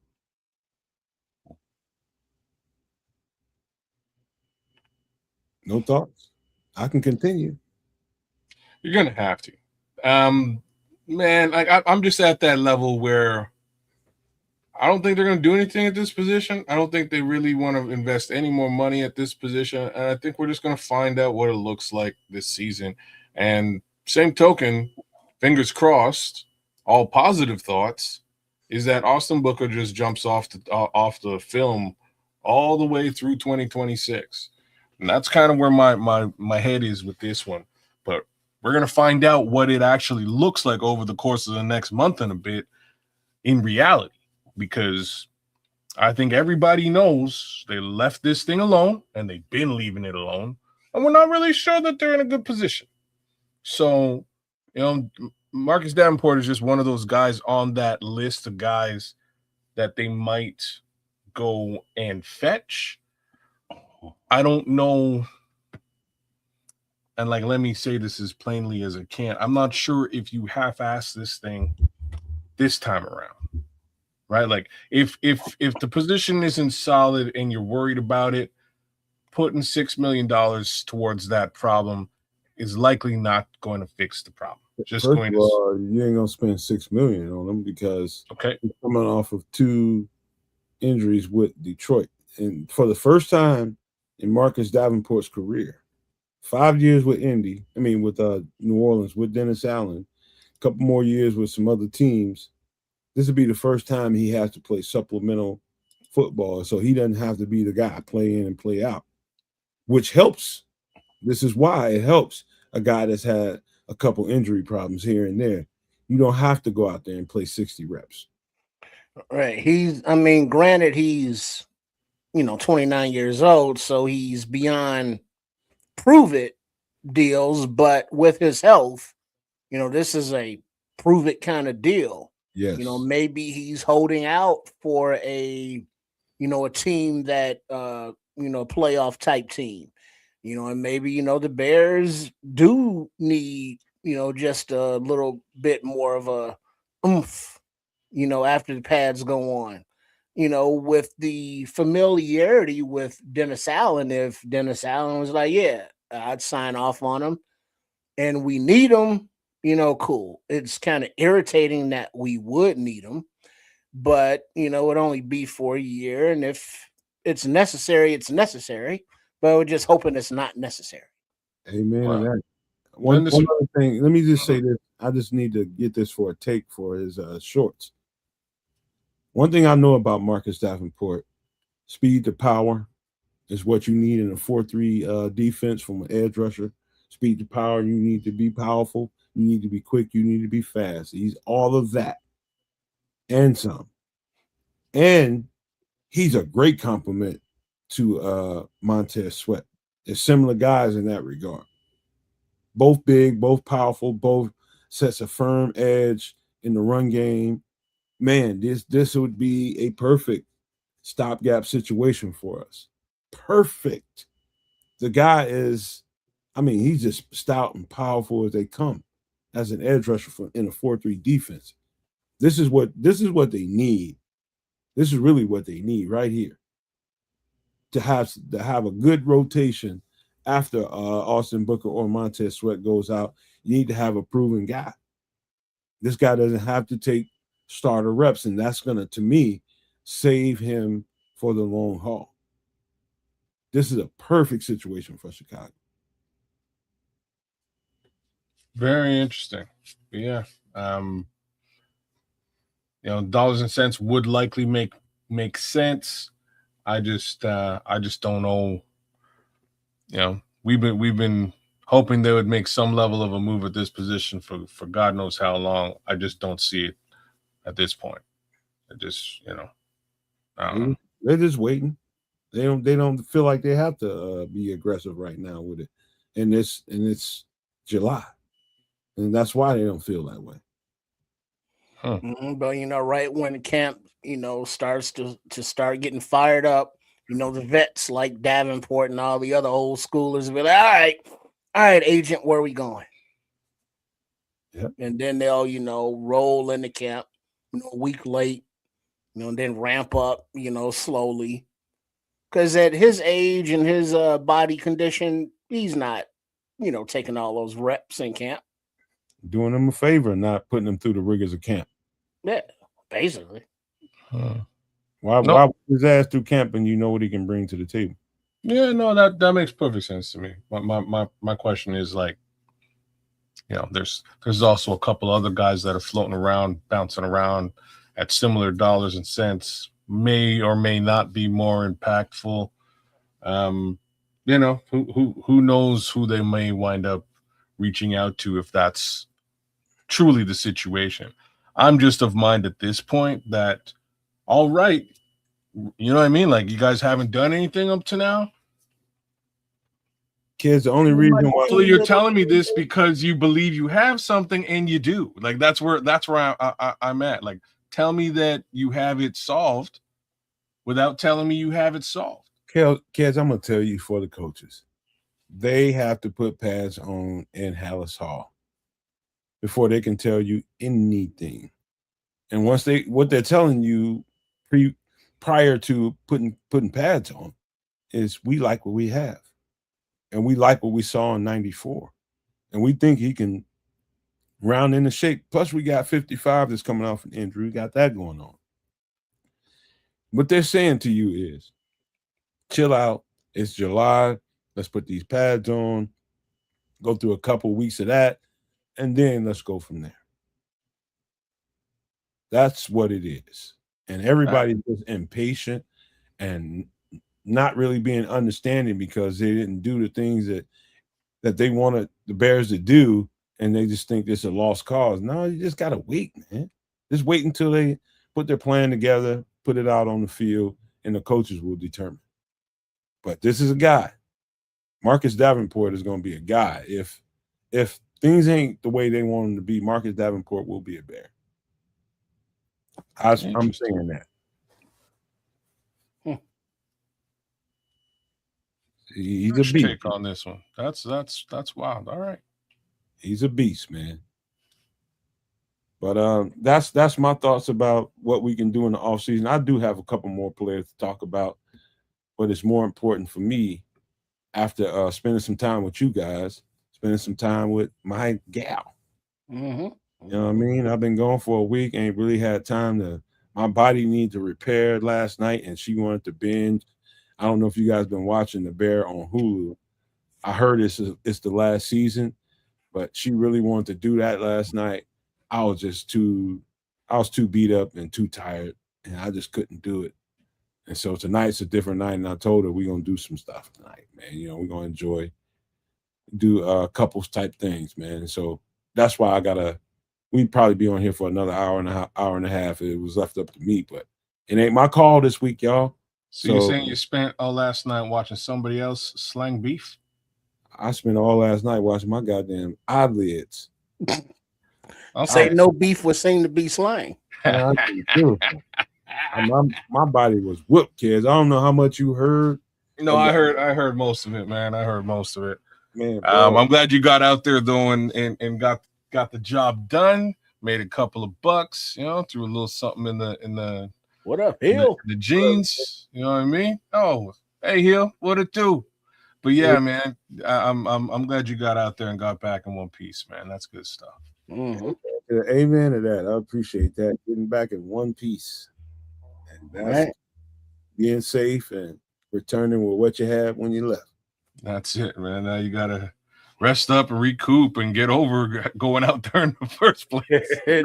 Say no math feeling like that old dude that got beat up by that bison. Bro. Oh, damn. Bro, man. Is there footage of this? I gotta see this. Yeah, it's some good reels out on that. Oh, yeah. It's up close and personal in HD color. All right.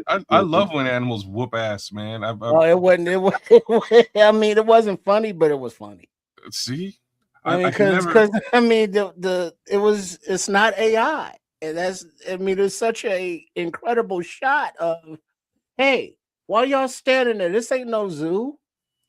Y'all see that wild ass animal rolling there looking at you?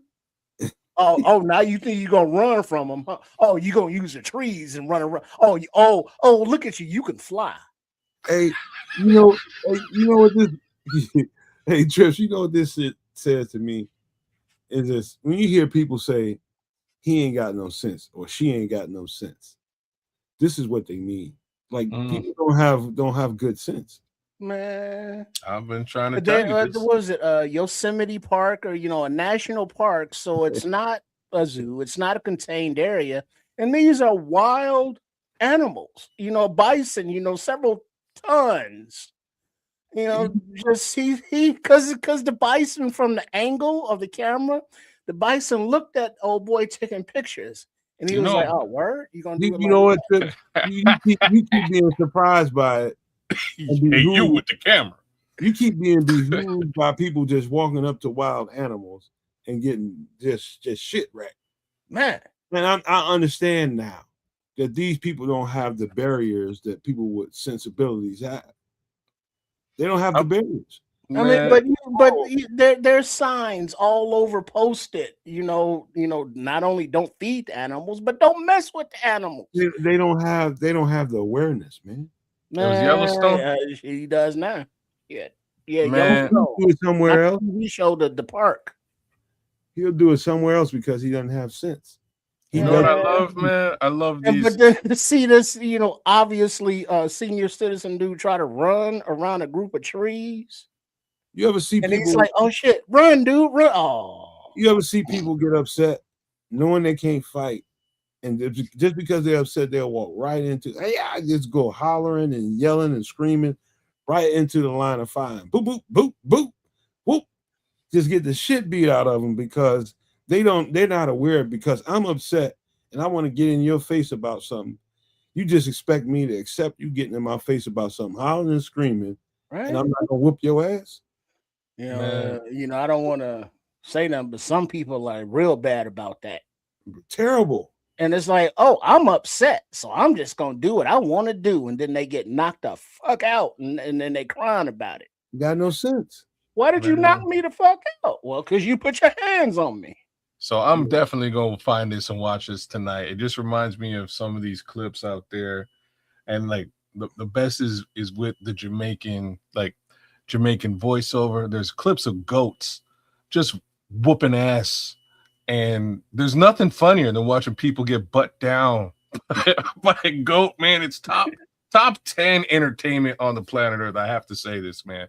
Just watching an angry goat just run you down and hit you, super funny. But to make matters better is Jamaican voiceover. Chef's kiss. I just sent it to you there on the Twitter. Sweet. All right, perfect. As a matter of fact, one of the guys that I had on the crew with me, I had that, me, man, I'm not gonna let nobody run into a bus or put their leg in a wood chipper and no shit like that. I'm gonna stop them. I ain't gonna let them do that. There was one guy I'm working with a few Hispanic people, man, some Latino people, speaking a lot of Latino around me, Spanish around me. And one guy was just like, kept on, yo, me up, stopping cats from doing crazy shit. I'm talking about doing stuff that's gonna hurt them, not nobody else. And I'm like, hold on, man. And I had to stop a couple dudes because they didn't have the amigo that wanted to talk to me. There was another one that was translating to me. He's saying, man, that guy ain't got good sense. And I was like, okay, all right. I had to stop. Hell of a worker, man. Hell of a hard worker. I was waiting for that part. Yeah, he works real hard. Oh, he got no sense. Didn't have good sense, man, whatsoever. And you gave him Jameson. No, not that one. Not that one. No. No Jameson for you, pal. I didn't give it to him. But one of the other amigos gave it to him a little bit, but I ain't give him shit. I'm like, man, go sit your ass down. But you got people like that out here that really don't have good sense and just out here, man, and creating all kind of havoc because they don't have good sense. It's just ridiculous, man. But yeah, a lot of that going around. It's ridiculousness, man. How come you can't see? We see warning signs. We see red light, yellow light, green light. I'm talking about in a metaphor of life. Mm-hmm. You know what I mean? Other people don't see that. That's the best way I can describe it. They all see green. They just go, go, go, go, go. All gas, no brakes. And then it's like, y'all need to slow the fuck down. Red light comes in hot. You know what I'm saying? That's just how she goes. But but that's the kind of world we're living in. But we all come to hang out on Wednesday night on Nomad at Night, talk a little stuff, talk some bears, talk about the world, talk about, life and current events, because we're all alive and we're all current and we're all eventing. So, big ups to everybody tuning in. And then we also look forward to seeing you on Wednesday night for some extra sauce with all of those eclectic topics, if you will. So please make sure that you are signed up for all three networks as you see on the screen here, the Nomad Network at Kids of Canuck and Sports Chicago Style, also known as Triple R SCS. So yeah, big up to everybody. I'm good for the night as we're ready to sign off.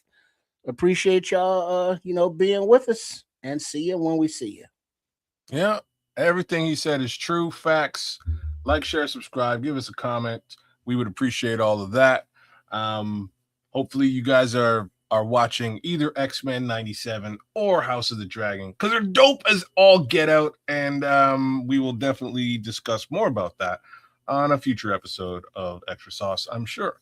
That being said, y'all have a good weekend, man. Enjoy the rest of the week. We'll catch you on Wednesday. Nomad? X-Men 97, House of the Dragon. Because I haven't seen either one of them as far as House of the Dragon goes this year, I'm still saving. X-Men 97, I'm going to have to brush up on. And I don't know what. Is that a movie or a series? It's a series. So, quick synopsis. Back in the day when we were younger, there was an X-Men cartoon. Hopefully either one of you are familiar with it. Dope-ass cartoon. One of the better cartoons back in the day. They just basically continued right on from where the last episode of that show back in the 90s or whenever it was. And they kind of have full license to really do some dope stuff with the X-Men roster. Last season was awesome. Super, like. Wait a minute. What network is it on? Disney Plus. Oh, I might have to. Yeah, I don't know if I'm gonna be able to see that yet. I don't think we got. Yeah, I was just gonna say you're gonna magically make it appear. It's stranger things have happened, but it is super dope. I'm very impressed with what they've done, not just with this. So, like, the one little comparison that I will make of this season's first two episodes, by the end of episode number 2, I got like just this feeling of like, wow, like this is like Transformers the movie for me. And me saying that is a big homage. Like that's Transformers the movie I've probably watched 100 times as a kid. Easily my favorite childhood movie from front to back. Just saying. But it kind of gave me those types of vibes here this second season. Those first couple of episodes, super good. They're about halfway through the season. I expect it to get much better. But it's already both season 1 and season 2 so far. Really well put together.